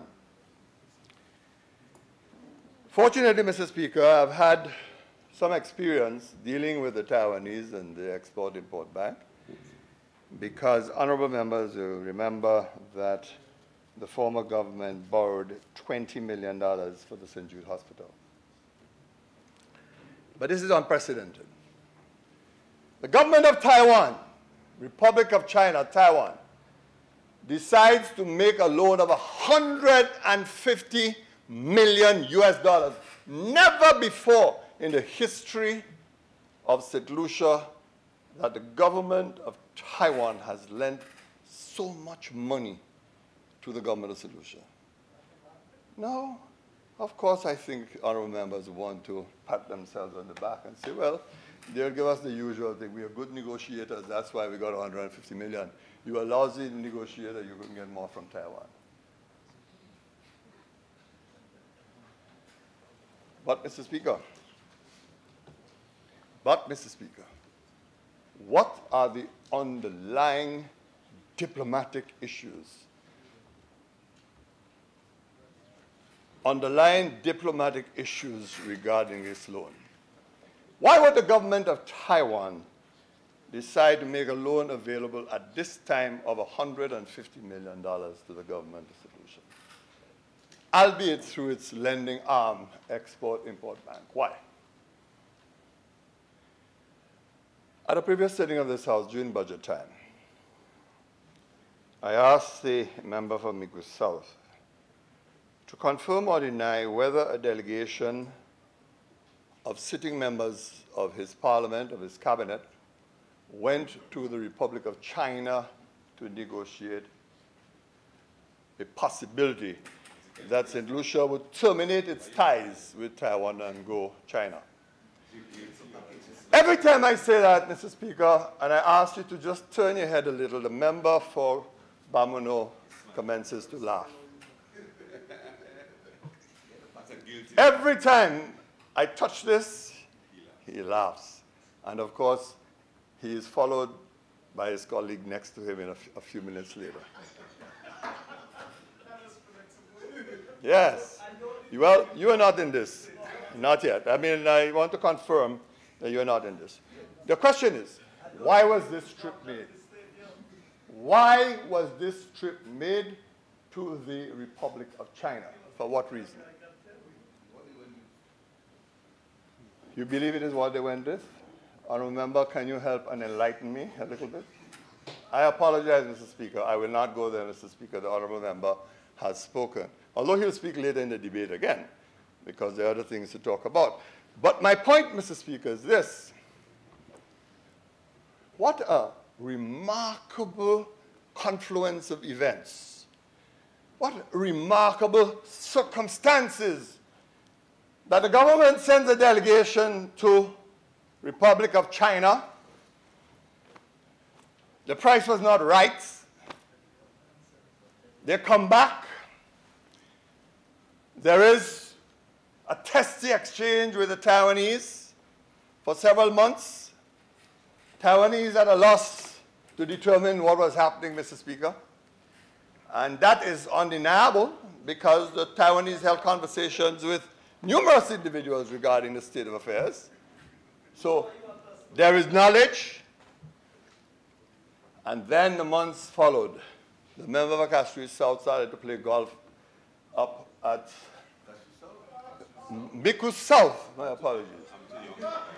You're too young for golf. The member from Mikus South started to play golf at Cap with the Taiwanese ambassador. Well, not with the Taiwanese ambassador, though. The ice was broken with the Taiwanese ambassador. And then this loan of 150 million mushrooms.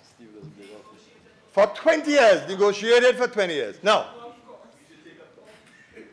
it is clearly the case, Mr. Speaker, that the Republic of China on Taiwan must have made an assessment of what the future holds to say, well, listen, I'm going to give you this loan for 20 years.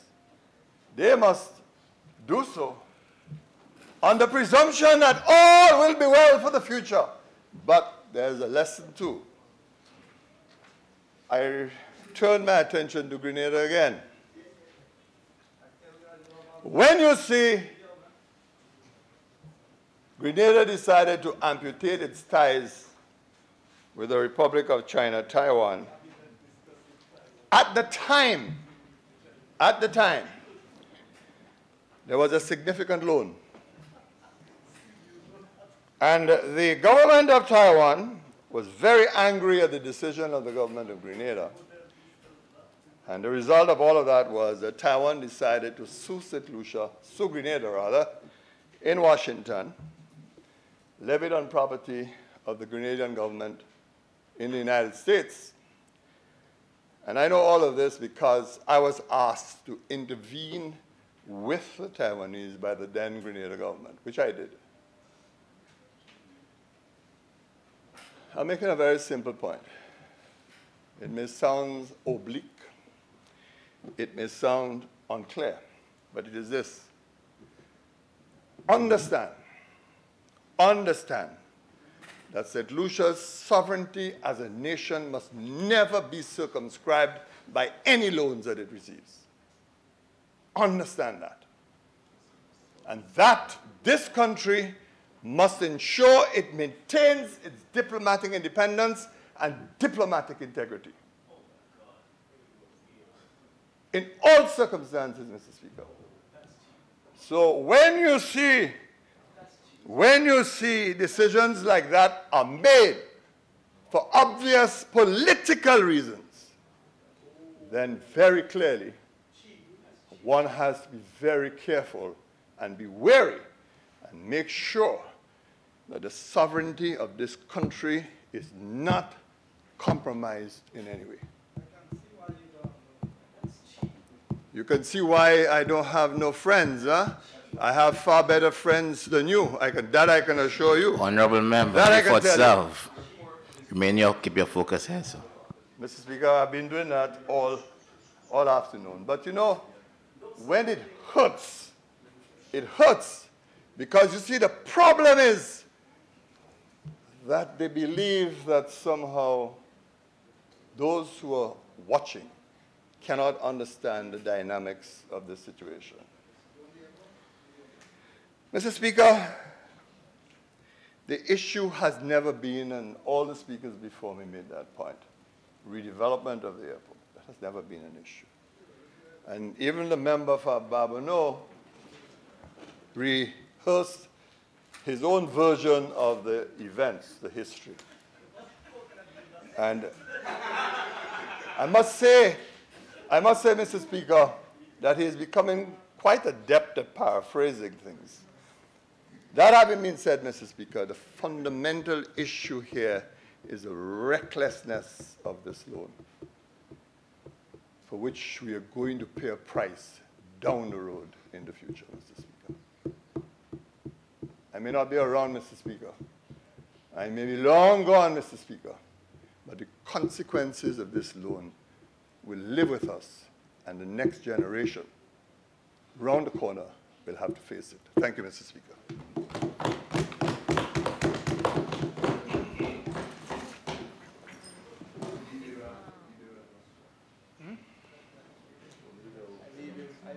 Honorable member, Castro Office. Mr. Speaker, just before I make my contribution, I would like to ask leave of you, Mr. Speaker, to take this opportunity to wish all my constituents all the best for the holiday season, all the members in this honorable parliament, and all of the people of St. Lucia by extension. I expect that from the leader of the opposition. I expect that. I wish everyone all the best. We have mind readers in here. Honorable member. Thank you. Honorable leader of the opposition.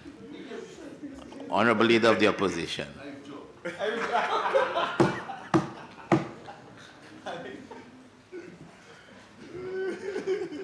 Thank you, Mr. Speaker.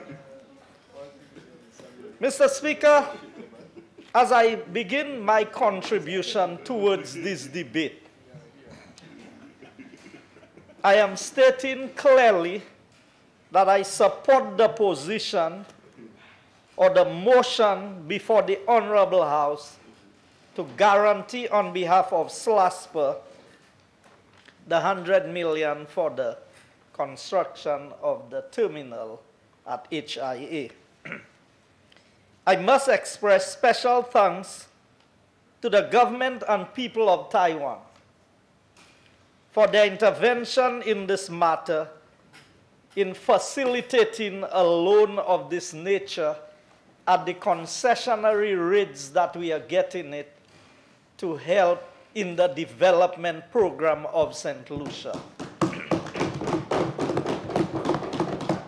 And over the years, Mr. Speaker, Taiwan's contribution to St. Lucia can be seen across the length and breadth of this country, in small projects, in big projects, in mid-sized projects, and in projects that are not even readily seen, but projects that have impacted the lives and the development of our people, even in terms of the number of students who are in Taiwan studying today. So there is a lot to be grateful for when you have good friends in government, when as a country you get the opportunity to work with other persons of like minds in terms of what is there. I will tell you, I will choose not to go there today, Mr. Speaker, but I will tell the members opposite, I have enough knowledge of what transpired when the stadium was built in Vieux-Fort. I have enough knowledge. And the member for Vieux-Fort South is well aware. When he made the statements about whether there were negotiations and whether, almost implying that the arms of the Taiwanese government was twisted. That's not how we negotiate. I know that I serve in a cabinet with a prime minister who is honest and straightforward and does not play one against the other.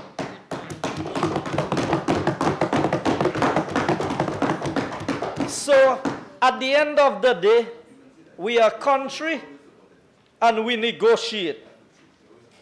And we negotiate with all parties. We negotiate with all parties. But you see, Mr. Speaker, it is important that persons who have been called to the highest office in this country must recognize that when they are no longer in the position that they used to be, that there is something that we must still hold, which is integrity to the office that we once occupied. And not when it is convenient to forget everything that you stood for. Because today, the shoe is on the other foot. But you see, Mr. Speaker, these are vital lessons for all of us in this honorable house. And as we go through the debate and the discussion, a lot has been about trust.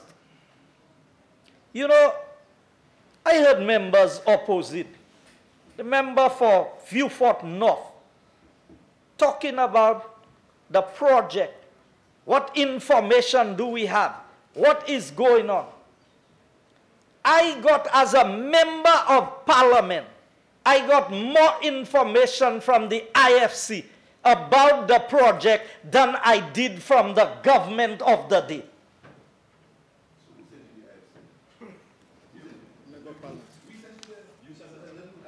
You sent me there. I thought the IFC was an independent body. So today I am to understand that it was the government that directed the IFC to meet with the opposition? Oh, so So if I am to insinuate, so if you told them to meet with us and they met with us, I am assuming that other things you would tell them to do, they would have done it. That doesn't make sense? It's irrelevant? Okay. Mr. Speaker, through you, I heard the member talk about the plans for the airport, and they don't know what is happening. Mr. Speaker, these same plans that we are talking about, when under the previous UWP administration, and let me put the timelines in perspective, the actual airport, real discussion on the airport and the project started in 2009. And by 2011, we were no longer in office. And remember, in 2010, we dealt with Hurricane Thomas, which diverted all attention from every other major project to the rebuilding after Hurricane Thomas and the recovery effort. This government, the members opposite today, Mr. Speaker, who seem to have the answer when they're in opposition, but are clueless when they are in government as to how to do it. So, they had 5 years in government. They inherited a project that was on its way. And the member for Viewfort South spoke about Hansard. Hansard will show that I stood in this honorable house and I said to the member for Viewfort South, then Prime Minister, I said to him, you can get rid of the contractor. You can throw out everything that we did. But the project is a good project for St. Lucia. I don't care who you choose. Do the project. What did he do, Mr. Speaker? Today, we are struggling to build the airport. But the then government of the Labour Party took a decision, Mr. Speaker, to stop the airport development tax that would have realized in excess of $130 million in the 4 years. Because remember, they didn't stop it immediately. So, understanding what is in question there, this government gave up almost $200 million that could have paid for maybe half of the project, half the cost of the project. And I'm supposed to take financial advice from the person sitting opposite there. I mean, Mr. Speaker, as we go through the numbers and we begin to understand what is at stake, and what was the line of reasoning and argument, Mr. Speaker? There's not a block in the ground, but you are charging the people. And we know a small percentage of St. Lucians travel compared to the amount of tourists that is coming or foreigners. So in essence, only the people using the airport would be paying for the airport. That was the genius of what the United Workers' Party did. So if you never use the airport, you would not contribute to building the airport. Every island doing that, they're not ingenious. Every island have an airport development. Solution. So why you stop it? So why you stop it? Why you stop it? You know, Mr. Speaker, Why you stop it?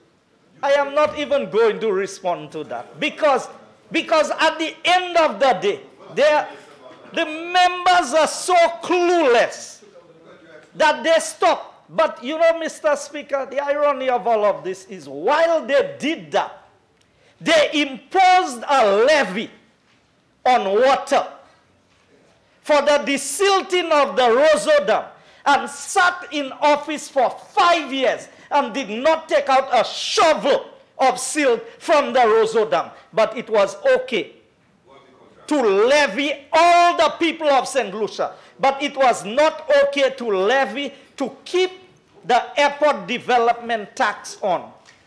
I mean, Mr. Speaker, that is basic.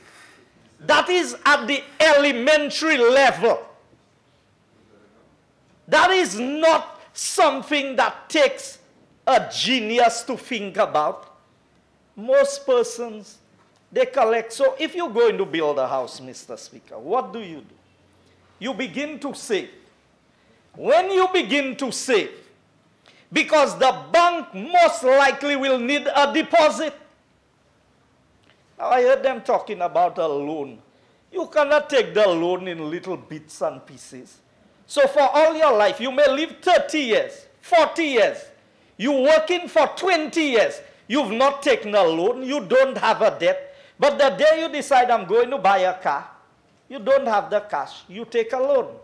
You take a loan against the assets that you have built, and you take a loan against your projected income and your ability to pay. And that is what the opposition cannot get hold of. But I know they know better than what they say, Mr. Speaker. I think it is a deliberate attempt to mislead. But I will say, Mr. Speaker, I heard the member for Castries East. He spoke at length about all the deals with the airport. It's already a document of the House that increase, it is Cabinet Conclusion number 384 of 2015. The following Cabinet Conclusion is submitted for your attention. Increase in airport service charge to facilitate the Huronora International Airport public-private partnership transaction. So the same government that went and zeroed the $35 US that we were collecting came back in 2015 and passed a new cabinet conclusion, Mr. Speaker.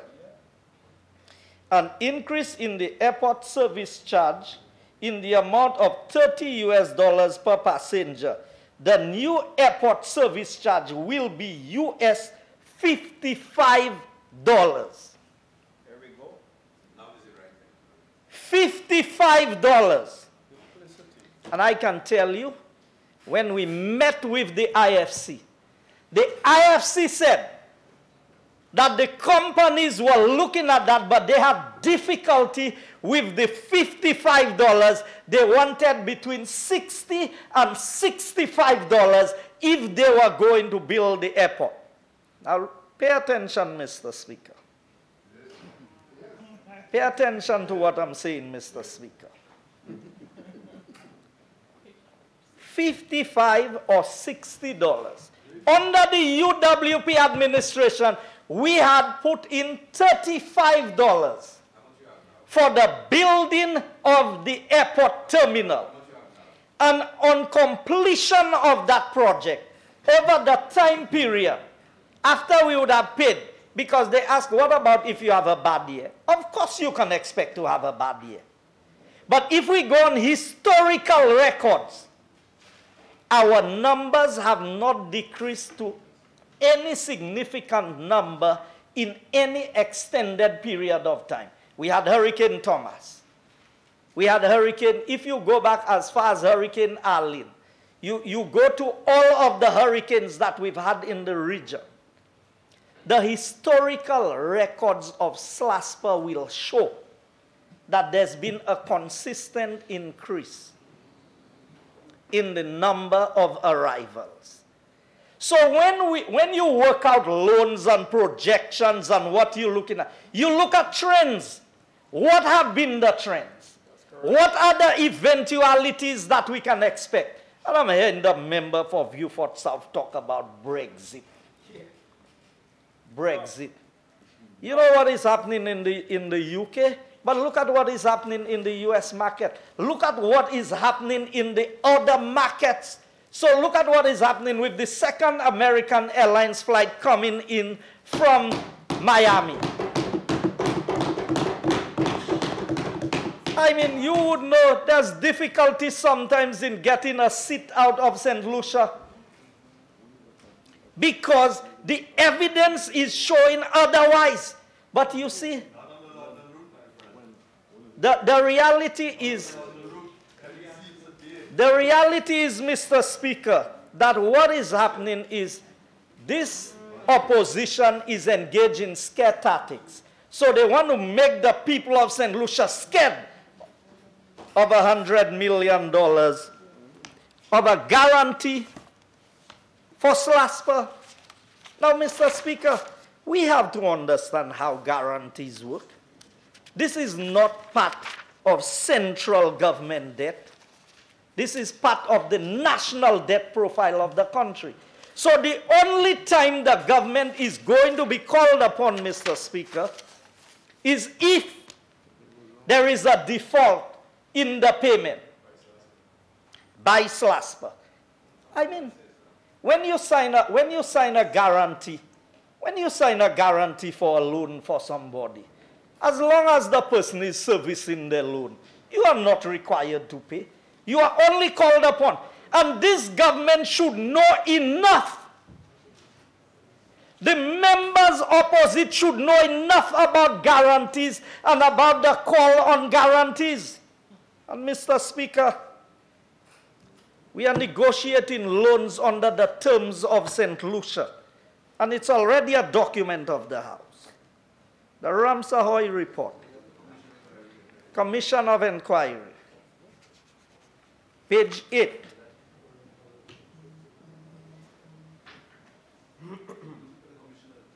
Page 8. Here's what it says, Mr. Speaker. It says, the government of St. Lucia agreed to enter into a guarantee and indemnify the agreement with the Royal Merchant Bank of Trinidad and Tobago under the laws of Trinidad, not under the laws of St. Lucia. Now, Mr. Speaker, if we have to go on historical records and the issue of trust, we must know what we are dealing with in this honorable House. Because, Mr. Speaker,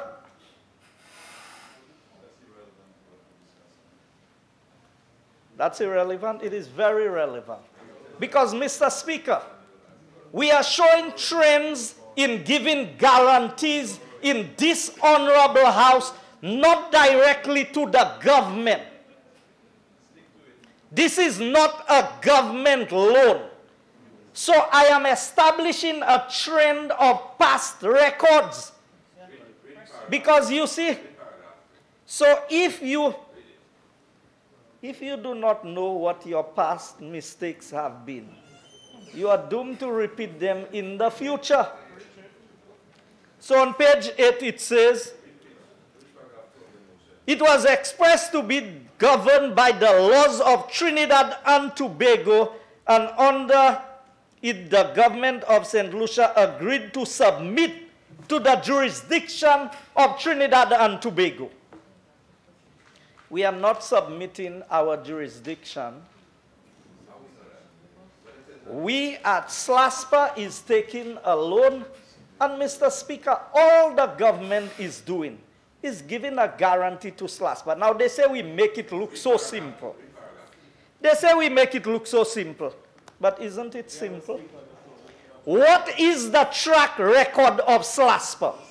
And I heard the member for Viewfort South trying to paint such a bad picture of SLASPA, to say that SLASPA cannot get accounts. SLASPA's account was closed and the bank would not, and the AFD would not.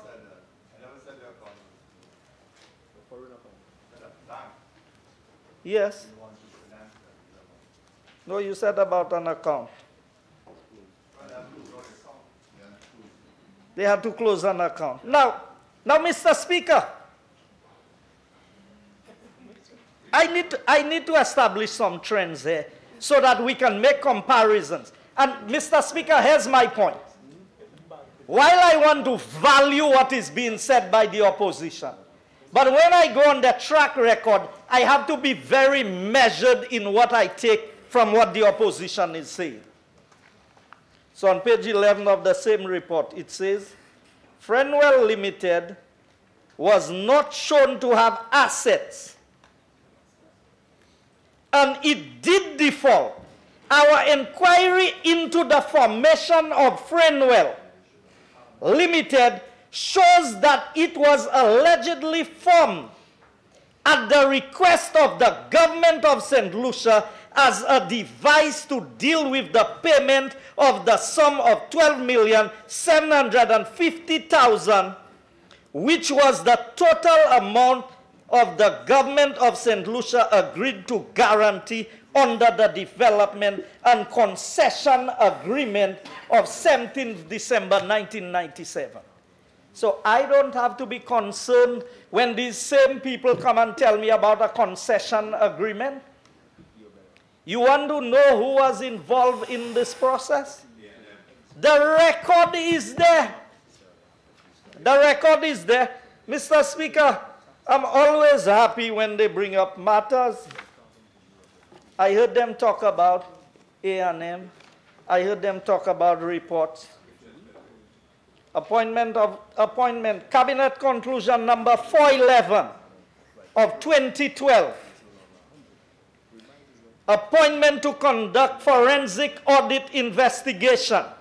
Cabinet confirmed the appointment of Mr. Robert Lindquist for the purpose of conducting a forensic investigation on behalf of the government of St. Lucia.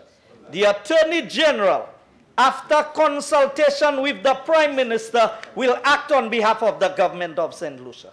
Mr. Speaker, I've been asking in this honorable house, if we paid $3 million for a report, and Mr. Speaker, I have the copy of every invoice that was paid by the government of St. Lucia before it was deleted from the system. How did you get that? Every invoice that was paid. How did you get that? I have it here, Mr. Speaker. I'm not worried about the report. You all are scared of putting out the report, but I'm not worried about the report. I'm not worried about the report. Let me this one, honorable member. No, not this one, this one. You talk about phone records. I have all the phone records there. But you see, the official report is what I'm calling on them to put out. Because, Mr. Speaker, it's all well and good for honorable members to come to this honorable house and try to mislead the house with false information. And let me give you a classic example. The member for Beaufort North trying to capitalize on the name of the poor people of this country to say that the government has increased the gas for the poor people so they cannot bake and they cannot cook, and they've raised the gas, the cooking gas, by $1. Mr. Speaker, the record shows that the 22-pound cylinder went up by only 35 cents. And the 20-pound cylinder by 42 cents. And the 100-pound cylinder by $1.59. Why would an honorable member of this house try to come to this honorable house and try to capitalize on cheap politics and call the name of God, I'm a Christian and I'm this and I'm that. And that's the information you want to come and give the people, that the government don't want them to be able to bake and to cook their meat and they want to make them suffer. So you didn't go by $1 but 35 cents, so that's okay. So that's okay. Not $1 but 35 cents. No. He said poor people buy $1. Poor people buy $1. Mr. Speaker. Honorable members. Mr. Speaker. Honorable members, allow the minister to. Honorable members. Members for Soufriere. Member for Soufriere. Now a lesson in my... Member. I would like to hear the member for Castro Southeast. Mr. Speaker. Mr. Speaker. At the end of the day, you know, you round off your numbers sometimes. So I can understand if it was 65, if it was above 50, and he rounded it off to $1. 45 cents, you didn't round it off to 50 cents. You round it off to $1. and you decide to capitalize and to give a whole lecture about Christmas and why we want to make people suffer. That's the level of the politics that we want to play in this honorable house, and we say we have the interest of the people. So going back to where we were, Mr. Speaker, the £100 cylinder. I said the £100 cylinder. Honourable Member for by Castres 159. South Face. Proceed, sir. Yes, Mr. Speaker. So you see, the attempt to play on the sympathies of people, which is exactly what the opposition is trying to do there, to make it a big issue of the $100 million that is being guaranteed for SLASPA. Mr. Speaker, let's speak about guarantees. Because sometimes it is important for us to understand the issue of guarantees. Because if we do not understand the issue of guarantees, so we're talking about guarantees by government for entities outside of central government. So it's not a project being implemented by the government. On page 10 of the Ramsay report, it says, guarantees were given by the government of St. Lucia when 2 sets of bonds were issued by the hotel company for the amount of $30 million US and $6 million US respectively on the 30th of June 1998 and on the 6th of October 1999 and $16 million US on the 13th of September 1999. Now, Mr. Speaker, if we add all of these numbers together, the then government gave Rochamel $52 million US worth of guarantees. That is what the Ramsay report said. You had the opportunity to go there. You sent a lawyer and speak for you. You didn't go. I weapon now. Upoko weapon now. I weapon now. Mr. Speaker, through you. I want the honorable member to go and answer his name. I am ready to answer mine when you all are ready. I told you that. Honourable members, I understand, and I've always said, I don't mind, but let's get serious. Mr. Speaker, when they're quoting things, it's all right. It's okay. Can I ask linguists to interview you? Of course. Yes. But you bring in the report here. No, I want him to interview. Honourable Member of Castres South Face. Sorry, my apologies, Mr. Speaker. You are wanting to interview. He can interview me at the time. So, you think I have things to worry about? Honourable. So, yes, Mr. Speaker. So, going back to where we were. Now, Mr. Speaker, that's not all you know. And I'm establishing a trend. And I can understand why members opposite are so concerned about guarantees. Because you know, people think that because they do things, if you're doing something, you'll do the same thing that they did. So they're watching. But they have a lot to watch because what we are doing is above board.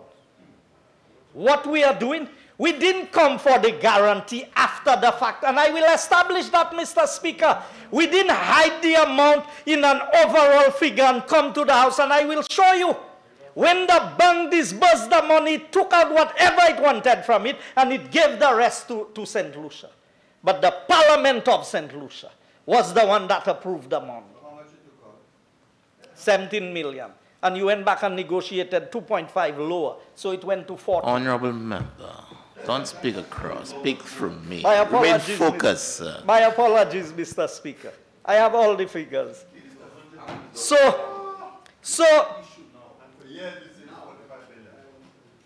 Mr. Speaker, US. Yes, the year you said is 45. 41 million is what you went for, US.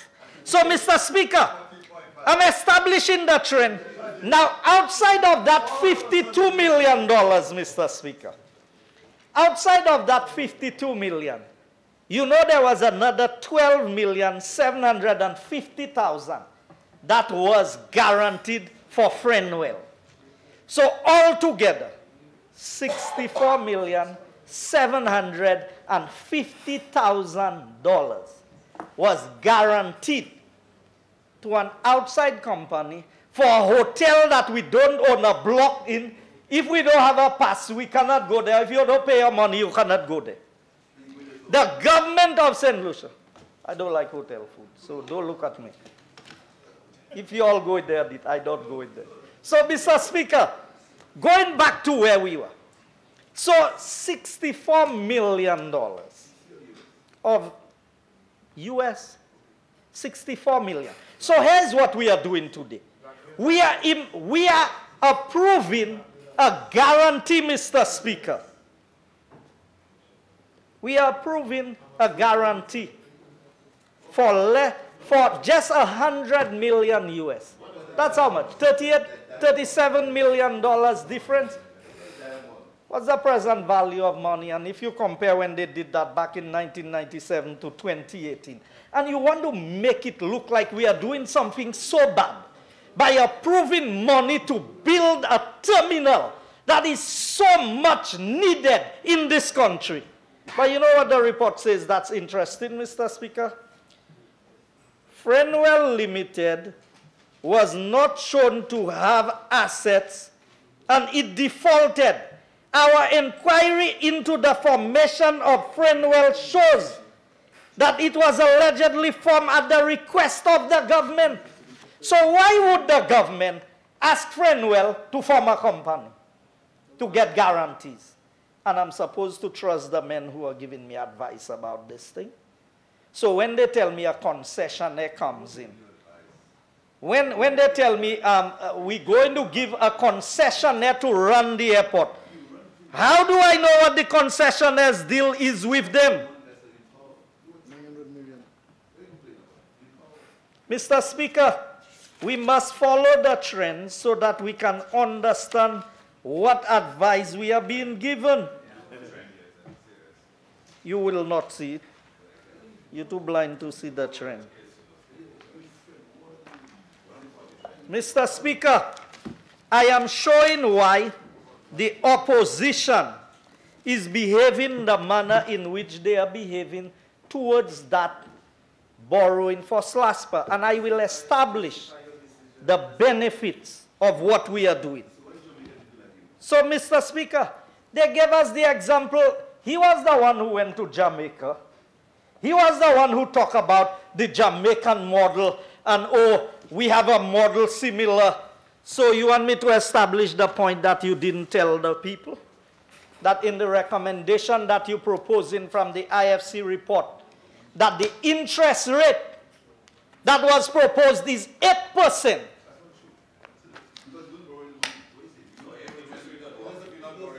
Interest rate. You see, Mr. Speaker, that is the problem. That is the problem in this honorable house, you know. Because the members opposite want to make people believe that some fairy godmother will come and build an airport for you free of charge. Because that's what they've been saying, Mr. Speaker. Oh, no debt to the country. So you get in the airport free of charge. But they always say the devil is in the details. So they've guaranteed, the proposal guarantees the company 15% return on investment. Hold on, I'm coming to that. Why are you so in a hurry? No.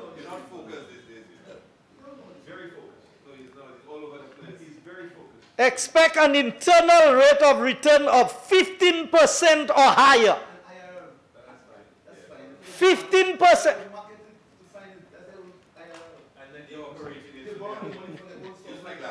And then debt financing at 8% for 11 years. So, Mr. Speaker. Honorable members, please allow the member for Castries South. Leader of the opposition, sir.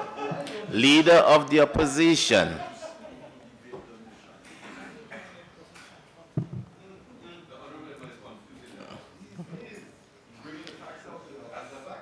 Honorable members, allow the member for Castries Southeast and permit me to hear what he's attempting to say. Mr. Speaker, the member for Castries East was branding reports around and saying that because they choose to use the sections of the report that was convenient. So I am telling you, if you're looking for an internal rate of return of 15% and you raise money, 15% or higher, not a fix. But what did he tell us? He said, well, LIBOR was 9% in 1989. Ask him in recent years. Then he came down to this. So LIBOR is 2 point whatever percentage. So 1.5 plus 2. So, Mr. Speaker, if I were to just look at this, and given on the numbers that we have presented that the airport can be paid back in 12 years, they were given a 30-year concession. The operator of the airport would be controlling everything for that period of time. Now, Mr. Speaker, I like my numbers. Okay?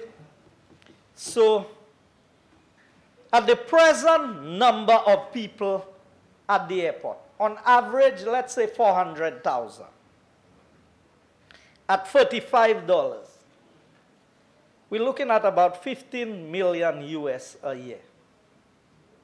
That is the revenue that you are going to gain at the 35. So I'm not looking at the 73. I'm only looking at the 35, which is what we applied to the airport. 5 years moratorium. It means that during the moratorium period, which is the time period when you are not paying the principal of the loan, you are just paying the interest, that you are going to accumulate, if the figures remain constant, in the region of 75 million US dollars. Okay? Then, if I were to use the same equation, with, according to the cabinet conclusion, of $55, and I use the same 400,000 passengers, and I go to the rate of 30 years, you know how much money would be collected during that time in EC dollars? 1 billion.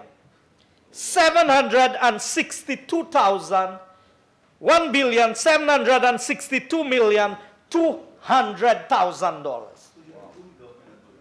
Now, Mr. Speaker, here are the persons who want to give financial advice. That a project, let's use worst case scenario. We are borrowing $100 million. At the interest rate we have, 20 years, you pay back another 100 million. So you're paying 200 million US back, loan plus interest. Okay? That is just about less than 600 million EC dollars. So you telling me, give up $1,762,200,000 just for the sake of saving the percentage point of what my debt to GDP ratio is? Because that's the argument. The only argument of the opposition today is that debt to GDP ratio will increase. Now, but the same government, the same government was taking a loan. You see, they're talking about space. They were taking a loan to change the street lights of 15 million US dollars. When there are several companies out there who are willing to put on all the lights for them, all the lights. and be paid of the savings, no capital investment. But they were negotiating a loan with CDB to go and take the loan. Oh.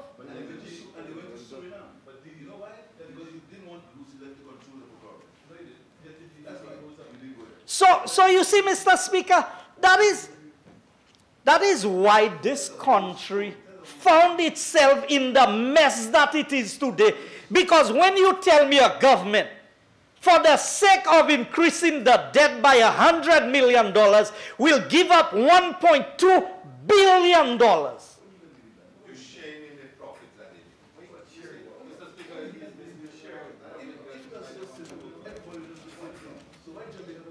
Mr. Speaker, so the cost of freeness, let me tell you, they said we get in an airport free.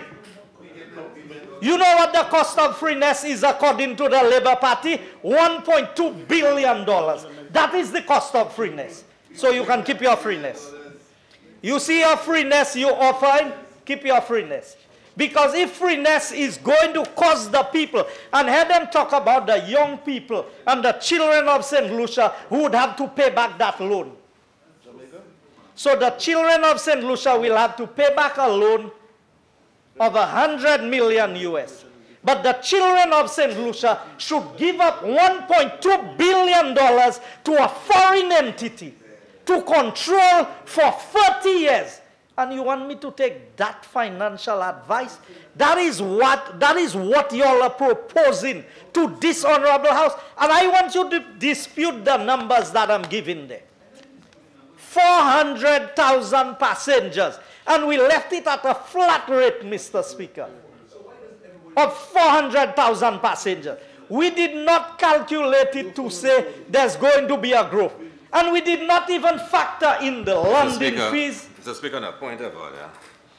Mr. Speaker, earlier today, and the honourable member is misleading the House, and blatantly misleading the House. What's new?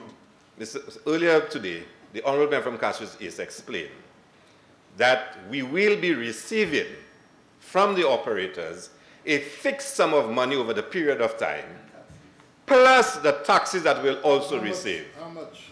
And he indicated the specific numbers.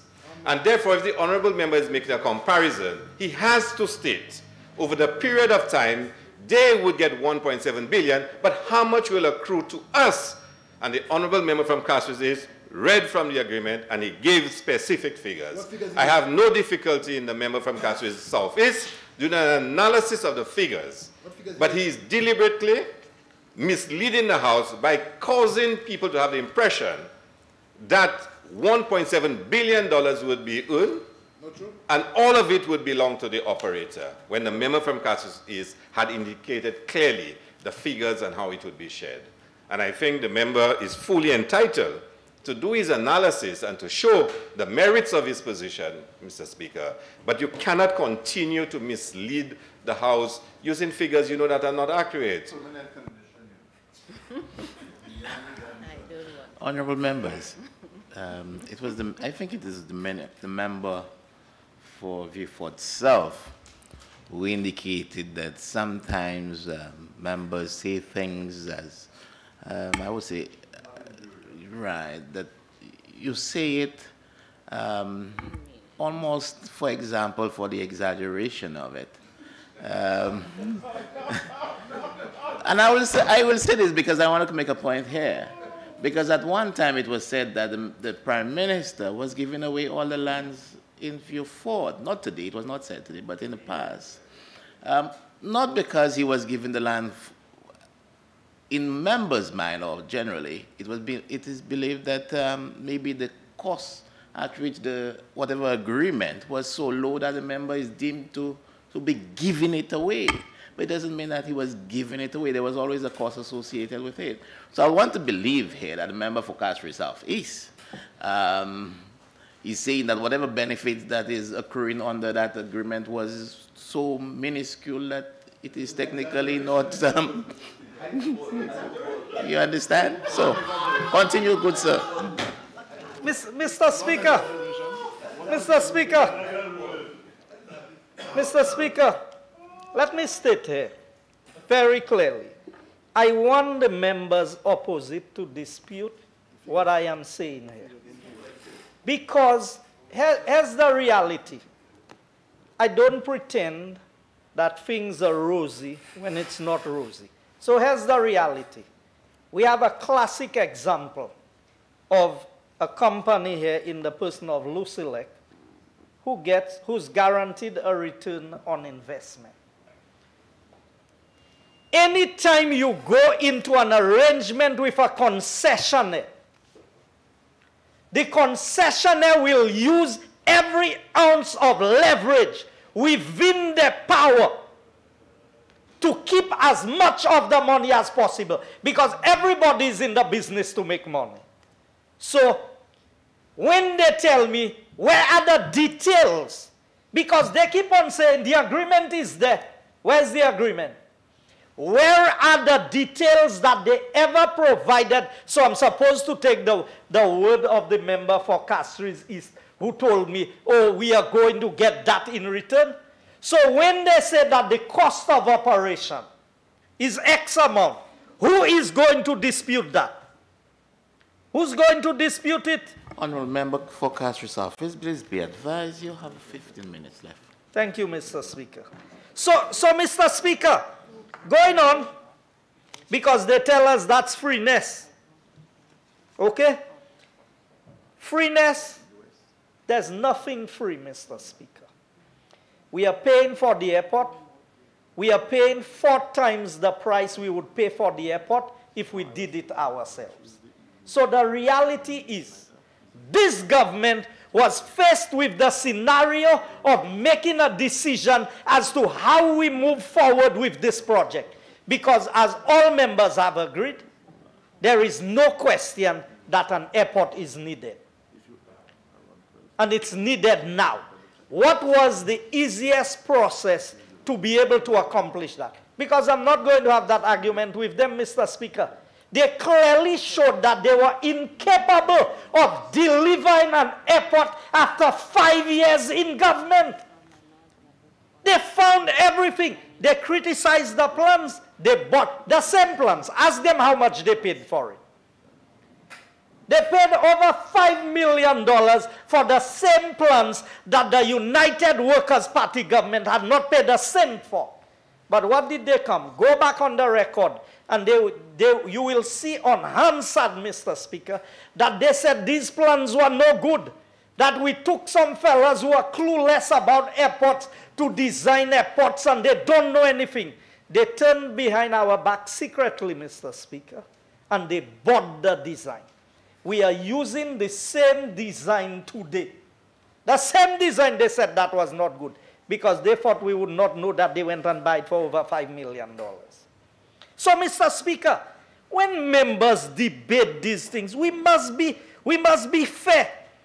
And when I did my calculations, Mr. Speaker, if I get to control, as the government, we get to control the 1,228,200,000.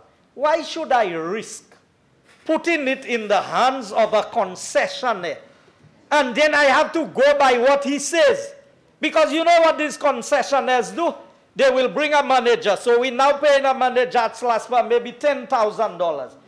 They will bring a manager and they'll pay him $40,000 US to do the same thing that the manager in St. Lucia was doing for a much lower price. Because it's all of that becomes the cost of operation. So we had to make a decision. And as a government, when we evaluated what was before us, what is the best decision we could make for the future generations of this country?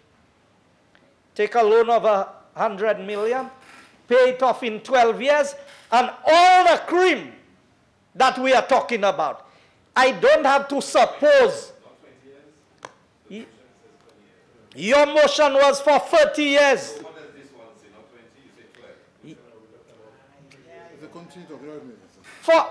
You see, Mr. Speaker, they were given a concession of the airport for 30 years with an option to renew. Yes, to renew. You said it. You said it for an extra 5 years. No, it's not the Jamaican one. It was 25 years and 5 years. No, you're saying. The thing was given back at 0. The concerned agreement said, you want to Honorable member, please continue, sir. Mr. Speaker, the members opposite failed the people of this country. It is sad that 3 of the leading MPs within the opposition are from Viewfort, and they have done everything they possibly can to stop this airport project from happening. They were in government for 5 years, they stopped it. They're now in opposition for 2.5 years. They're still trying to stop the airport development in Viewfort. And Mr. Speaker, I'm asking myself, how could I be a representative of an area that a project of that magnitude is coming in? You know, we talk about the concessionaires. You know what? You know when you have the leverage, what you can do, Mr. Speaker? So we can build our airport at our own expense. We pay our loan. And we get if we want to get a concessionaire, we call the shots, not them. Because you see, Mr. Speaker, some people don't trust themselves. And because they cannot trust themselves, what they do is they do things that appear to be transparent. So like they caused Frenwell to be formed to pay $12 million for something that the report says we were not obligated to pay. And they didn't pay 12, they paid 14.5 million. And the report is clear that we were not obligated to pay. And the leader of the opposition was a member of the government at that time. He didn't raise an issue.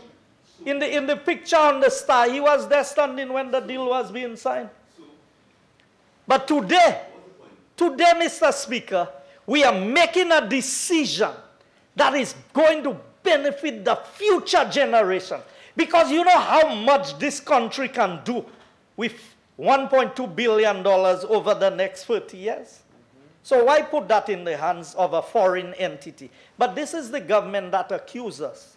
These are the members of parliament who accuse us of friends, family, and foreigners. But look at what they want to give to foreigners. They want to give the most sure form of revenue. The airport developed, people will always travel. And even the Bible says that, Mr. Speaker. You see, when you're going into business, you have to weigh what kind of business you're going into. So even the Bible describes that men will run to and fro. They will be going up and down. So there's always going to be traveling. So to paint the picture that you know somehow some big disaster is going to befall St. Lucia and we are not going to be able to service that loan and government. Is that the picture? So when you gave it to the concessionaires, Mr. Speaker, when it was given to the concessionaire and the airport closed and no tourists not coming to St. Lucia, so the concessionaire would take money from his pocket and pay the airport for you? But all he would do is take an insurance against it, and you would still be paying the insurance. So why can't you take the insurance for yourself? What kind of financial advisors is that? Not because somebody do it. Because, you see, Because somebody do have to do it. Honorable Mr. Speaker, there are two words that I pay attention to. They are conformers and they are transformers. All they can do is conform to what somebody else has done before. We are transformers, and we are transforming the economy of this country. We are transforming the landscape of this country. That is what this government is doing. So our projects are transformative in nature. It is not conforming. Sometimes we go through the motions and we do things. But at the end of the day, Mr. Speaker, transformative leadership. Yes, that is what we have. So at the end of the day, and the people will judge us. The people will judge the delivery of this government. And Mr. Speaker, I am confident that the decision being made in this honorable house on the HIA development project, that this is the best solution This is the best decision that is going to bring the highest financial benefit to St. Lucia in the long run. I thank you, Mr. Speaker.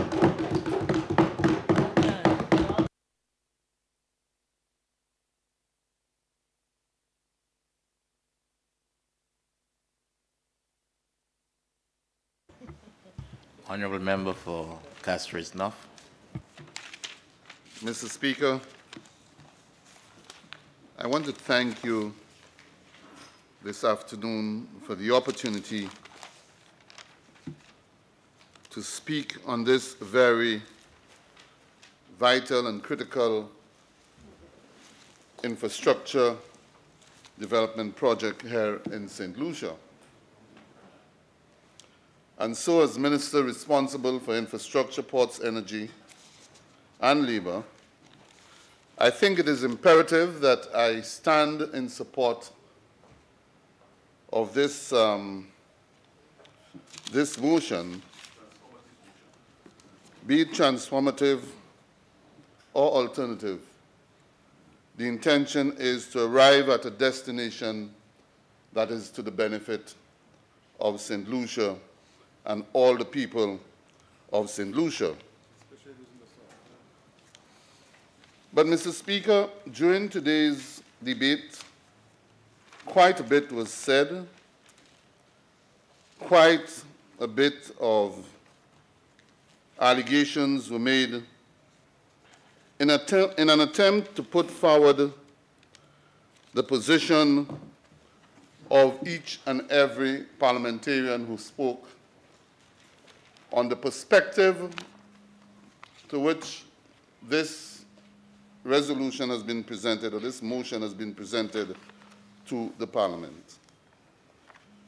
Among some of the statements made, Mr. Speaker, in an attempt to cast doubt and to bring about a level of fear in the minds of St. Lucians, reference was made to the construction of a bridge in the cul-de-sac valley by the parliamentary representative for Castries South. Obviously, I shall never ever leave the parliamentary representative for Castries South in the dark when it comes to matters pertaining to his constituency, and will always, at all times, ensure that he's informed of what is taking place in his constituency. Now, I have heard, I have heard many statements made. I have seen and heard many individuals giving their view of the particular bridge, and I hope you allow me that latitude to go at a sort of at a tangent, the cul-de-sac bridge. And I wish to clear the air for fear that the parliamentary representative for Castries South and probably his other colleagues will not in any way make submissions to this Parliament that are misleading. What I intend to do, Mr. Speaker, is to read from a document not prepared by myself, and later on I may refer to another document, to really truly clear the air on this matter so that the entire nation and parliamentarians opposite may understand exactly what this is all about. Mr. Speaker, in 2010, when Hurricane Thomas hit St. Lucia and devastated this country, apart from our own immediate response to cleaning up the country, without sitting back and waiting for other governments and other agencies to come forward to assist us, in the fog of what I call war, we're able to take certain decisions to bring the country back to normalcy within a very short space of time. However, there are a number of governments who saw that initiative, positive initiative on our part, and agreed to assist us, and one of them being Japan. After assessments were done, and they were satisfied of the areas that they should give us assistance, one of those areas being resilience and the need to build better and stronger, they agreed to look at the general cul-de-sac basin and to look at the 3 bridges which were under threat so far. But you will not find me wrong anyway. The cul-de-sac bridge was one because whenever it rained with unusual rainfalls, that river overflowed the bridge. The Mark Bridge, yes, was one, but also the Wavin-Poisson Bridge, the Odson Bridge, and the Ferrance Bridge. All of those bridges, Mr. Speaker, in one way or the other was considered by the Japanese after they did the technical assessment of being endangered in particular ways. So the cul-de-sac bridge was seen as one that needed to be elevated, a new bridge, so as not to impact negatively on the social and economic activity of the country after severe rainfalls. The Wavin-Poisson Bridge was examined, and it revealed that there were structural defects that needed to be addressed, and so the Japanese decided to look at this and to consider construction of a new bridge. The Ferrance Bridge was also looked at, and that too in itself seen as another bridge that would need some attention. So the Japanese then decided to consider in the first round 2 bridges, the Wavin-Poisson Bridge and the cul-de-sac bridge. In all of the efforts, and it was all handled by the Japanese government in terms of sourcing the consultants, doing all the feasibilities, going through the process of tendering, etc., etc. The Japanese, who had agreed to an expenditure of 1.53 billion yen, which at today's rate may be about 36, 37 million EC dollars, decided that they will allocate this as the envelope for reconstructing the 2 bridges. Okay? I think you're ahead of time. Let me finish. So, Wavin-Poisson and cul-de-sac. The process went on, and upon the receipt and opening of the tenders, it was realized that the cost for the construction of the 2 bridges, the process of which was done entirely by the Japanese technicians and officials, they realized that the cost for the 2 bridges will not be able to build 2 bridges. So they gave the government some options.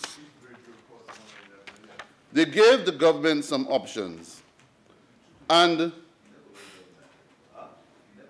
the government was called upon to consider 2 things. One, to consider going ahead and building 2 bridges minus all of the ancillary or infrastructural complementary works to be done. Those works included, Mr. Speaker, such things as river retraining, the feeder roads which had to be redesigned and realigned. So in the case of the Millennium Highway, because of the span of the bridge and the height of the bridge, the approaches would have been much wider. So once you raise that bridge to reduce the elevation and the gradient, the slope, it would mean that the commencement of your entry onto the bridge or the ramping up of the bridge would have to be at a further distance. And therefore, that distance would have taken you to the junction of the Incommode Hill with the East Coast Highway.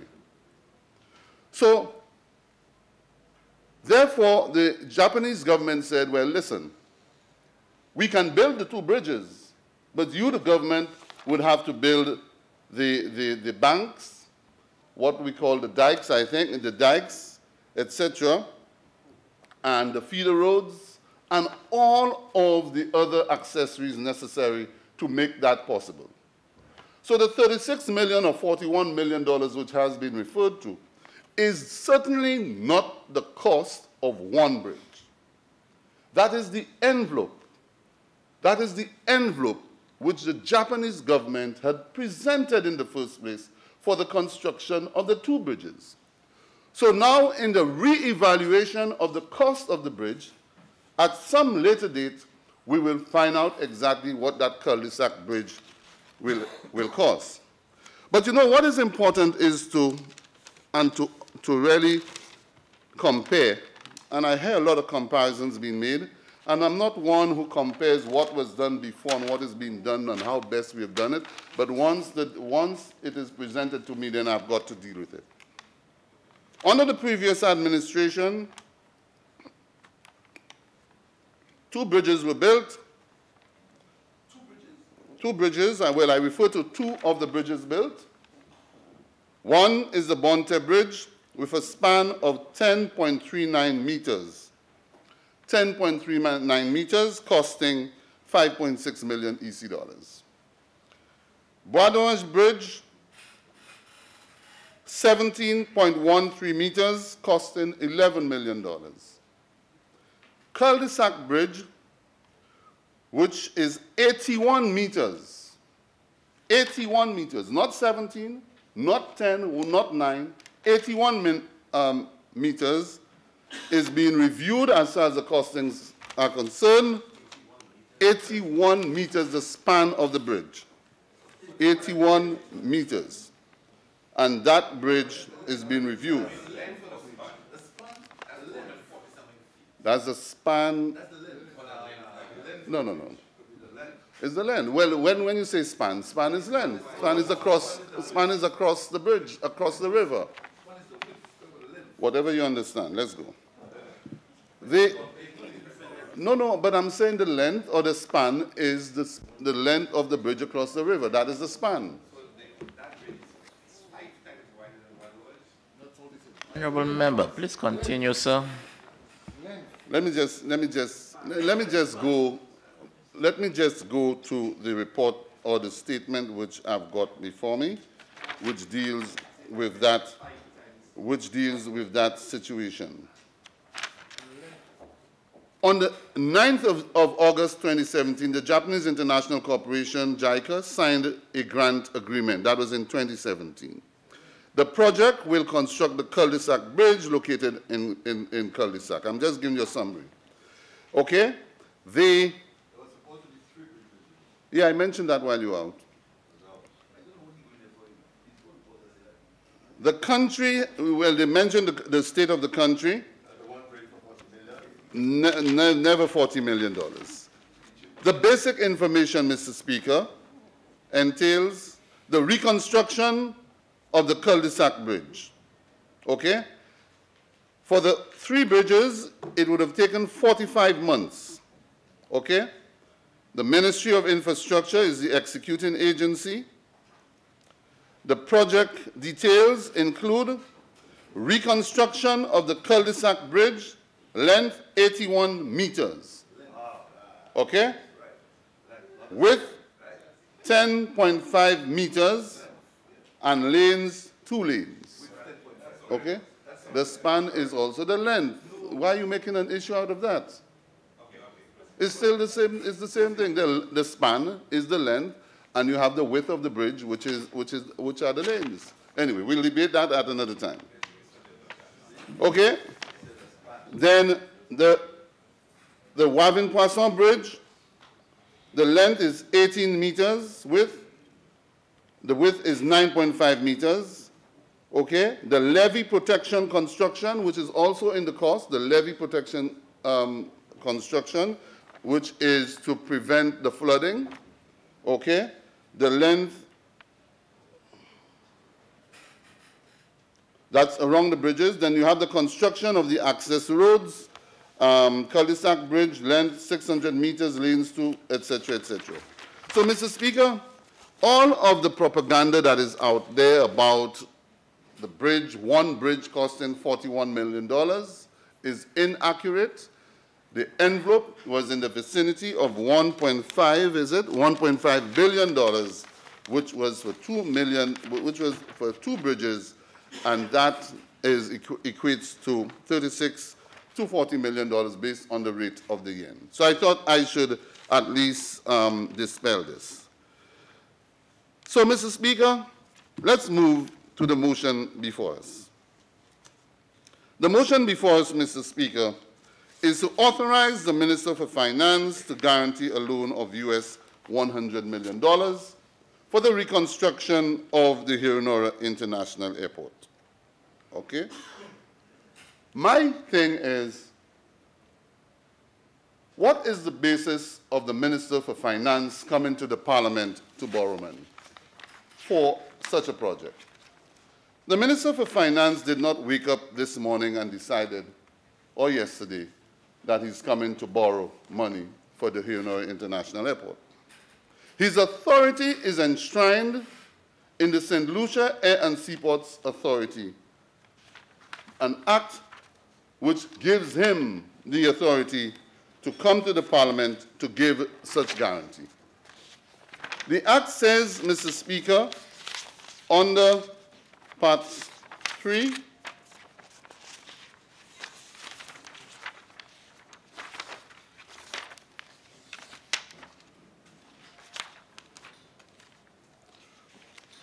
on the borrowing, the Act states, and if you would bear with me, Mr. Speaker, let me just get the section. I thought I marked it out earlier on. Okay. The Act states, Mr. Speaker, Section 28, with the approval of Parliament, the Minister may guarantee, and I just want to explain this. The St. Lucia Air and Seaports Authority has a very unique arrangement of a kind of dual responsibility between the Minister for Finance and the Minister responsible for ports. Matters of finance is handled and directed and guided by the Minister for Finance. Matters of operations is handled and guided by the Minister for Infrastructure and Ports.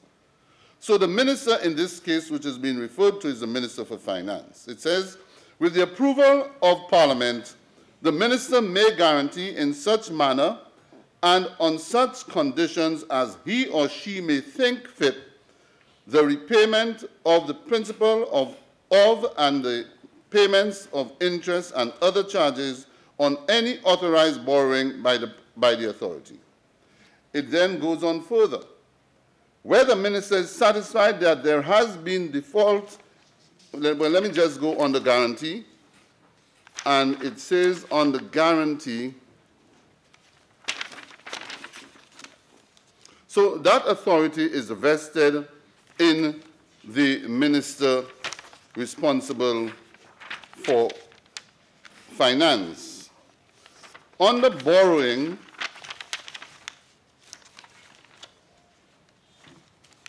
oh boy.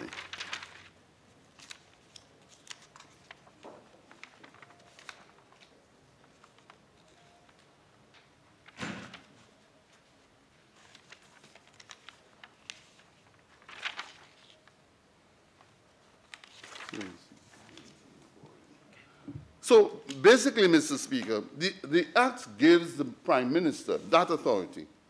The Council, which is the Council of the St. Lucia Air and Seaports Authority, can only borrow when the Prime Minister, or rather the Minister for Finance, comes to Parliament and makes that request to Parliament. It is done in his own deliberate judgment as to whether the intention to borrow is sound, whether the Council has the ability to borrow and is sustainable enough to repay those monies, and the conditions and terms of the borrowing is one that meets the Financial Act of the country. So the question, Mr. Speaker, is that in making that determination, we here in Parliament, who must grant that approval, must ask a few questions.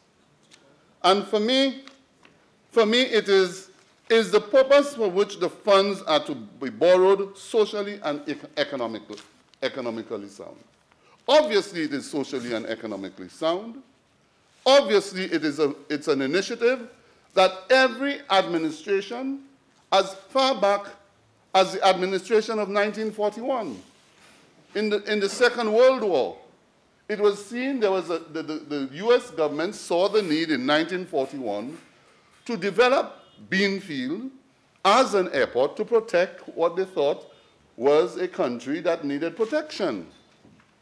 In 1974, Sir John Compton redeveloped Heronora International Airport and called it the Great D-Day, with the opening of a new seaport, new hotel facilities, new airport, etc., because it was the place at the time that we looked to as the next and future capital of the country.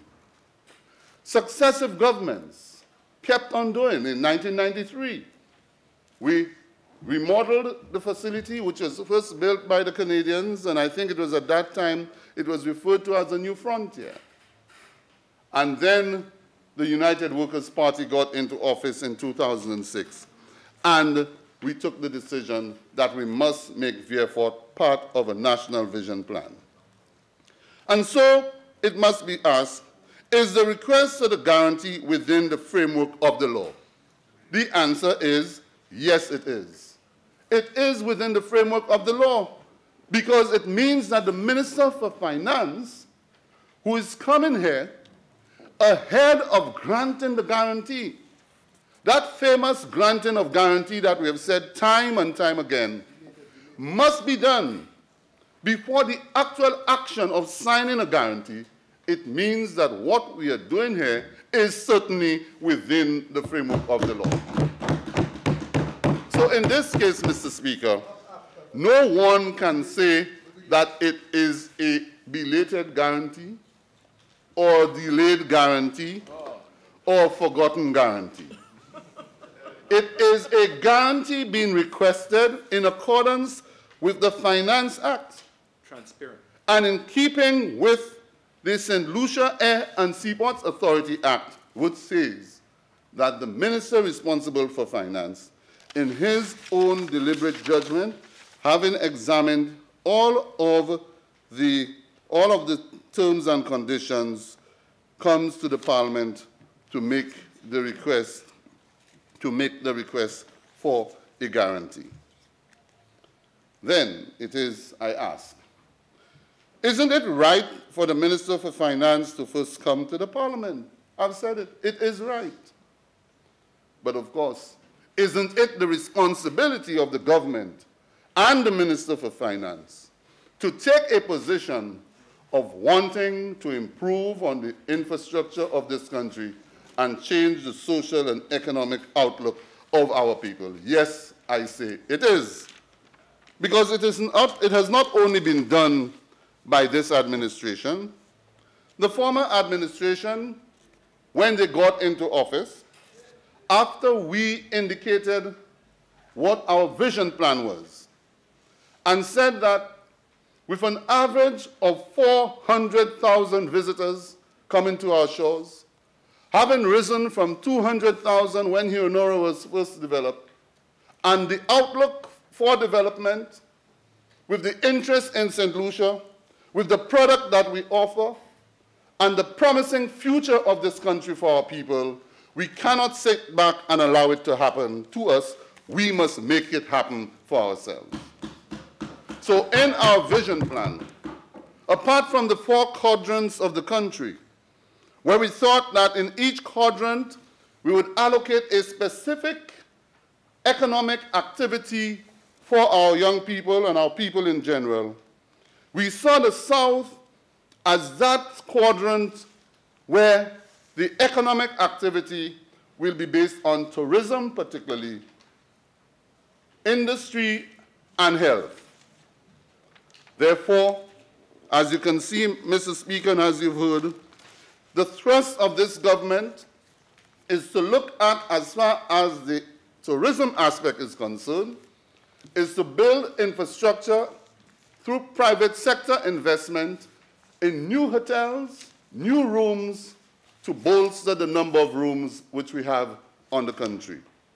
But to do that, we must be able to have the airlift into the country, and in response to the new airlines that are coming in, whether it's the 747s, triple Ns, or the 380s, or what you have, the whole intention is to build a facility that can carry the capacity of visitors to our country. You will hear very soon, Mr. Speaker, when we come to the Parliament again, that the next step that we are moving forward to is to secure an ideal location in the south of the country, in Vieux-Fort, where a home port will be developed to now see Vieux-Fort as a home port country, rivaling Barbados and providing a facility that will bring even greater activity to the people of this country. But, Mr. Speaker, this can only come from a government who cares.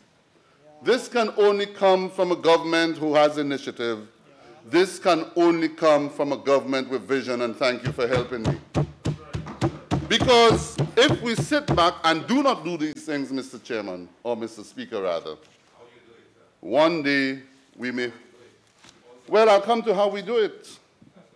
Let's keep an eye on it. On who? On what? Don't you worry. I'm keeping an eye on you too. So, Mr. Speaker... So, Mr. Speaker, our mandate at all times, is to do what we believe is right, do it right in the interests of the people of this country. Yeah. Therefore, Mr. Speaker, we must not lose sight of that vision. So when we got in 2007 and we came and fashioned the method, fashioned the way forward, and engineered the process, there were those who said it will not work. We said we have confidence in what we believe. We said we believe we can make it work. And the initiative started, negotiations started, from a dream to actual negotiations. Unfortunately, the election came and we were unable to realize that dream. At the time, we introduced, the full story is that, we exercised due diligence, which delayed us. That was it. That's the story. That's the story. Okay? But we introduced a mechanism to allow us to be able to finance the airport development charge. Yeah. We said, if we are going to build facilities, particularly to tourists, particularly to facilitate tourists, we said that there must be an airport development charge, which is everywhere, as you said earlier on. Every country in the United Kingdom, they put in airport development charges to develop their airports. Okay? No, I'm not boasting about it. I'm not boasting. I'm just saying we introduce an airport development charge. Okay? So the intention, therefore, was to create that revenue stream, Mr. Speaker, without undue pressure on our local people to finance the airport. Well, of course, the government who followed felt that that's not the way we want to go. And I respect them for that. I respect you for that, for saying, listen, we need to review the thing, and we want to go this way. You want to go with an international institution, which is highly respected, we respect you.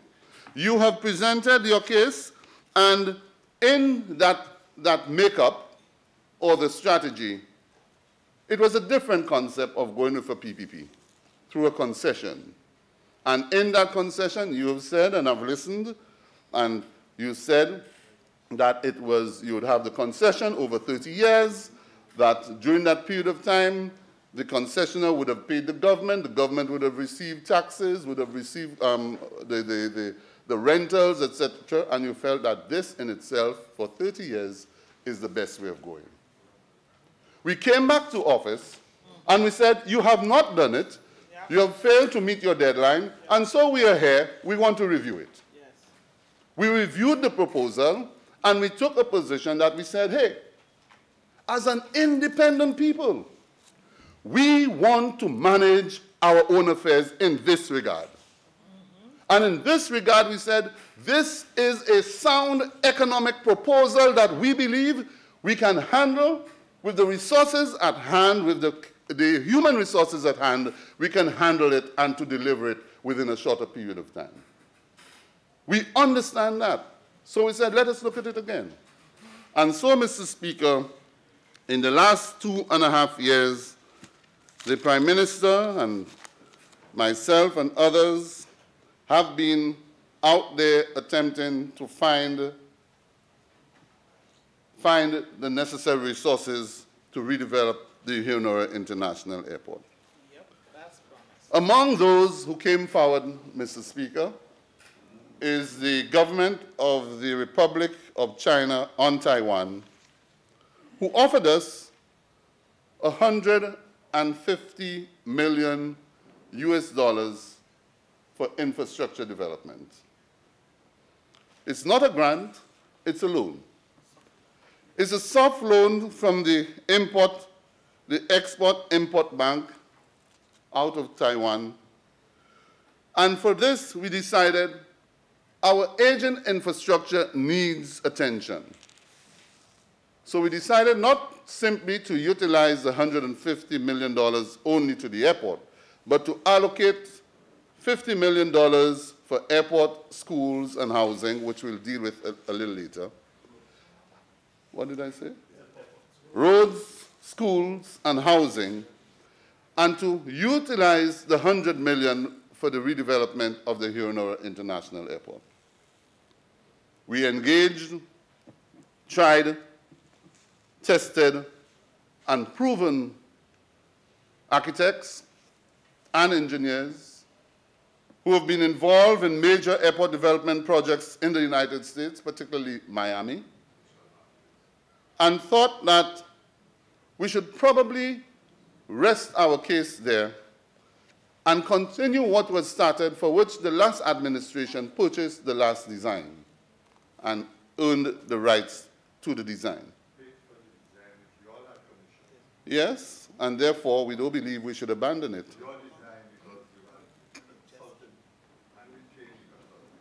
Okay, I heard you now. So, I heard you. So we have decided to continue with the project through Harry and TYLN to reconstruct the airport with some changes to the design which was originally proposed. The first design entailed the construction of a new terminal north of the existing terminal, which means to the back of the existing terminal where the car park is. Following which the intention was to demolish the existing terminal and to provide sufficient room that would then allow us to qualify for what we call the recess away from the midline of the airport runway. However, after reconsidering what we were talking about, we felt and we proposed to the designers the need to look at the possibility of building a new terminal obliquely to the back of the existing terminal, which is probably in a north-northwest angle, that would allow us to keep the existing terminal, the old terminal, that can be used for an FOB. That proposal was received favorably, and as we speak, the designers are completing their designs, engineering and others, to ensure that we can make a formal presentation to the people of St. Lucia before the end of the year. Once the project is completed, Mr. Speaker, and the intention of the government is to seek other avenues, both grant and loan funds, to meet the total cost of the facility of $175,000. The government believes that we can start the project and in the meantime negotiate for the balance. The project will entail, as I said early on, a new terminal with modern facilities, jet bridges, modern cargo handling and luggage screening, etc., security, and all of the services needed at the airport. The Prime Minister has indicated that the terminal will be stacked with arrivals to the top and departures. Departures to the ground floor. No, departures upstairs and arrivals. Departures to the top and arrivals at the ground floor. In addition to this, a new control tower will be constructed. But more than that is the existing project of the Disaster Vulnerability Reduction Program, which will deal with that river, which often floods the airport, to take that water away from the airport and to ensure that the airport is safe. Now, there's some proposals which have been presented that we can look at with the airport construction. In addition to the retraining and widening of the river to stay away from the airport runway, there's also the possibility of looking at an additional culvert or watercourse beneath the surface of the runway, which would certainly alleviate some of the issues we often encounter during the time of adverse weather. The runway, Mr. Speaker, which is 9,000 feet, the intention is to resurface the runway, and that will come in the second phase, where the runway will be resurfaced, the turning bay will be reconstructed and to be realigned in a proper way, but to ease some of the pressure which over the years we've had at the turning bay because of the maneuvering of the aircraft at that point, a taxiway will be established so as not to add that pressure on the turning bay. Because what is happening is because of the constraints of the turning bay, as that aircraft gets to the point of turning at the end of the runway to take off, just that turnaround and the wheels, the pressure on the pavement often deteriorates the pavement and often costs the government or SLASPA quite a bit of money. Mr. Speaker, it is important that we undertake this project. It is important that our friends on the opposite side understand the importance of the project. You may have a problem with what I call the method or the approach of the project, but you cannot doubt me that it is important that St. Lucia undertakes this project now and not later. Let's look what has happened. Let's look at what has happened since 2011. In 2011, we were speaking about the redevelopment of the airport. At that time, St. Vincent was talking about an airport. We warned, we need to do this airport because the only thing that can save us from St. Vincent is that St. Vincent doesn't have the room capacity to facilitate large aircrafts going in there. So whereas they have the international airport in St. Vincent, which incidentally, I'm sure if my good friend on the other side would ask his comrade in St. Vincent, would find that the same company that is going to build here in St. Lucia is the one which built the St. Vincent Argyle International Airport. So now you know, I'm sure you're happy. And so you'll give the support. So let me get back to the point. The point is that notwithstanding the fact that St. Vincent now has an international airport, we still have an advantage over St. Vincent because St.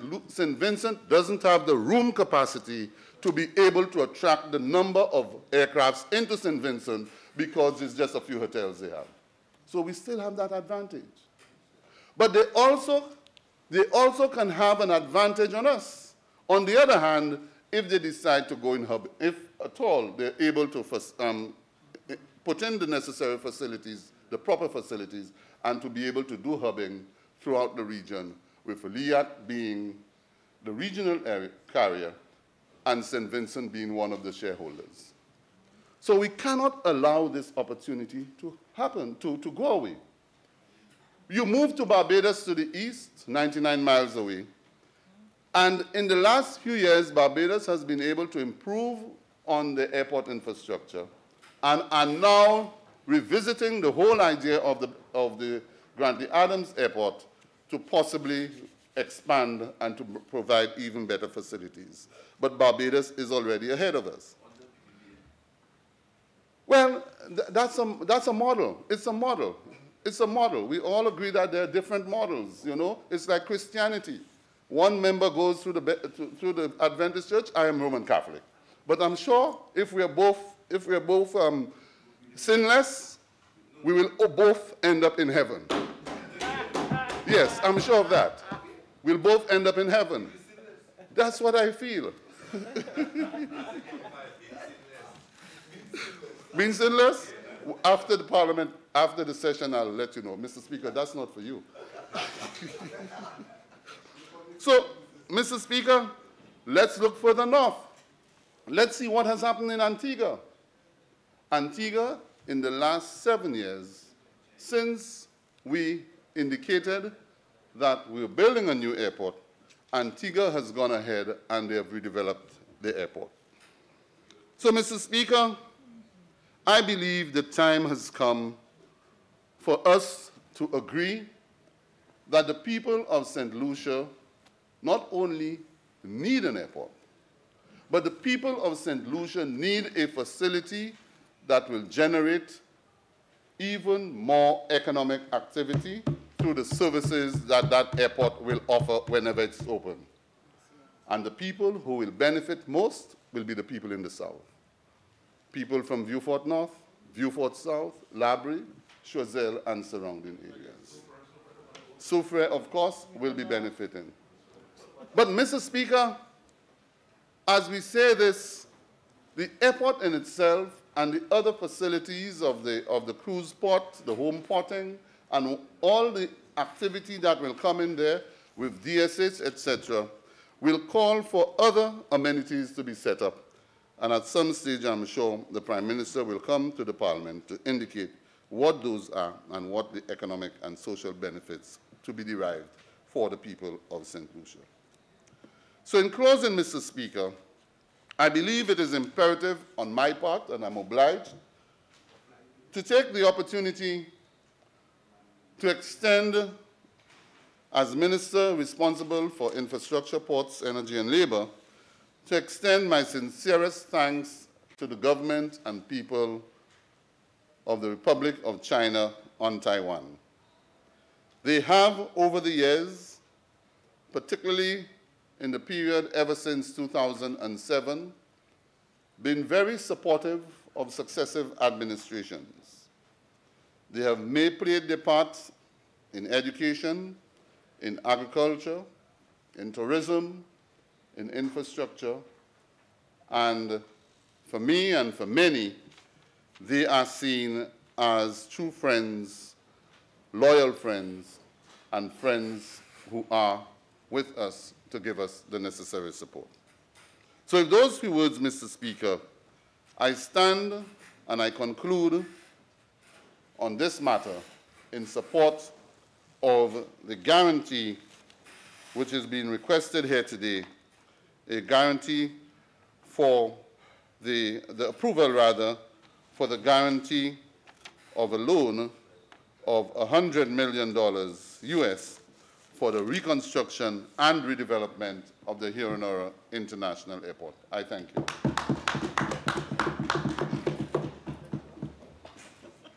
What I'm doing.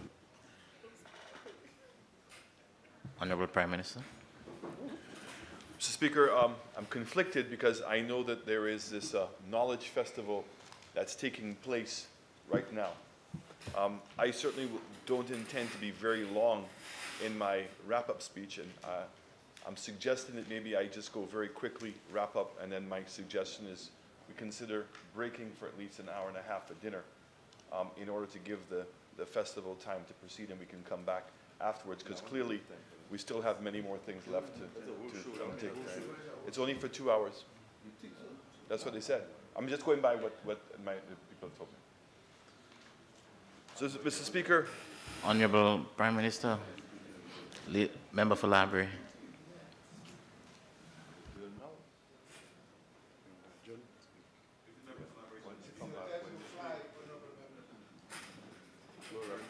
Member for Library, you speaking to this motion? Yes. Can we come back? Suggested we suspend the House for 2 hours.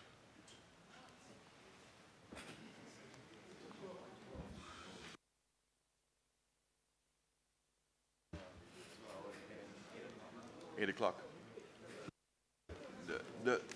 My understanding is the show, Mr. Speaker.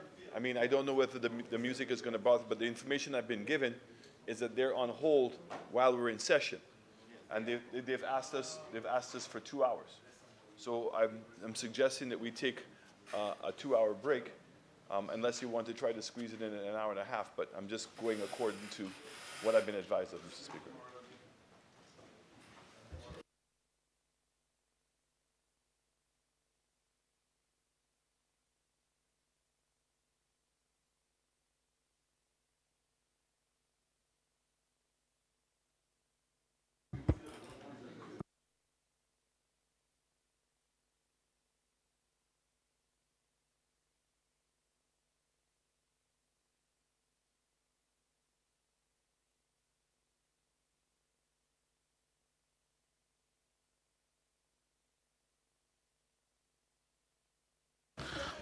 Mr. Speaker, then I'd like to suggest we suspend the House for an hour and a half and come back at, what would that be? 1 hour would be 7:15, 7:45.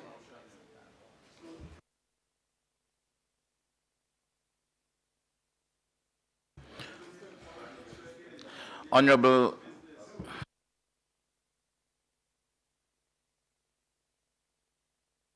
I suggest we suspend for an hour and a half, or if you want to suspend for an hour or an hour and 15 minutes, see how the noise affects us, and maybe we can proceed. But at least we still have to break for dinner nonetheless.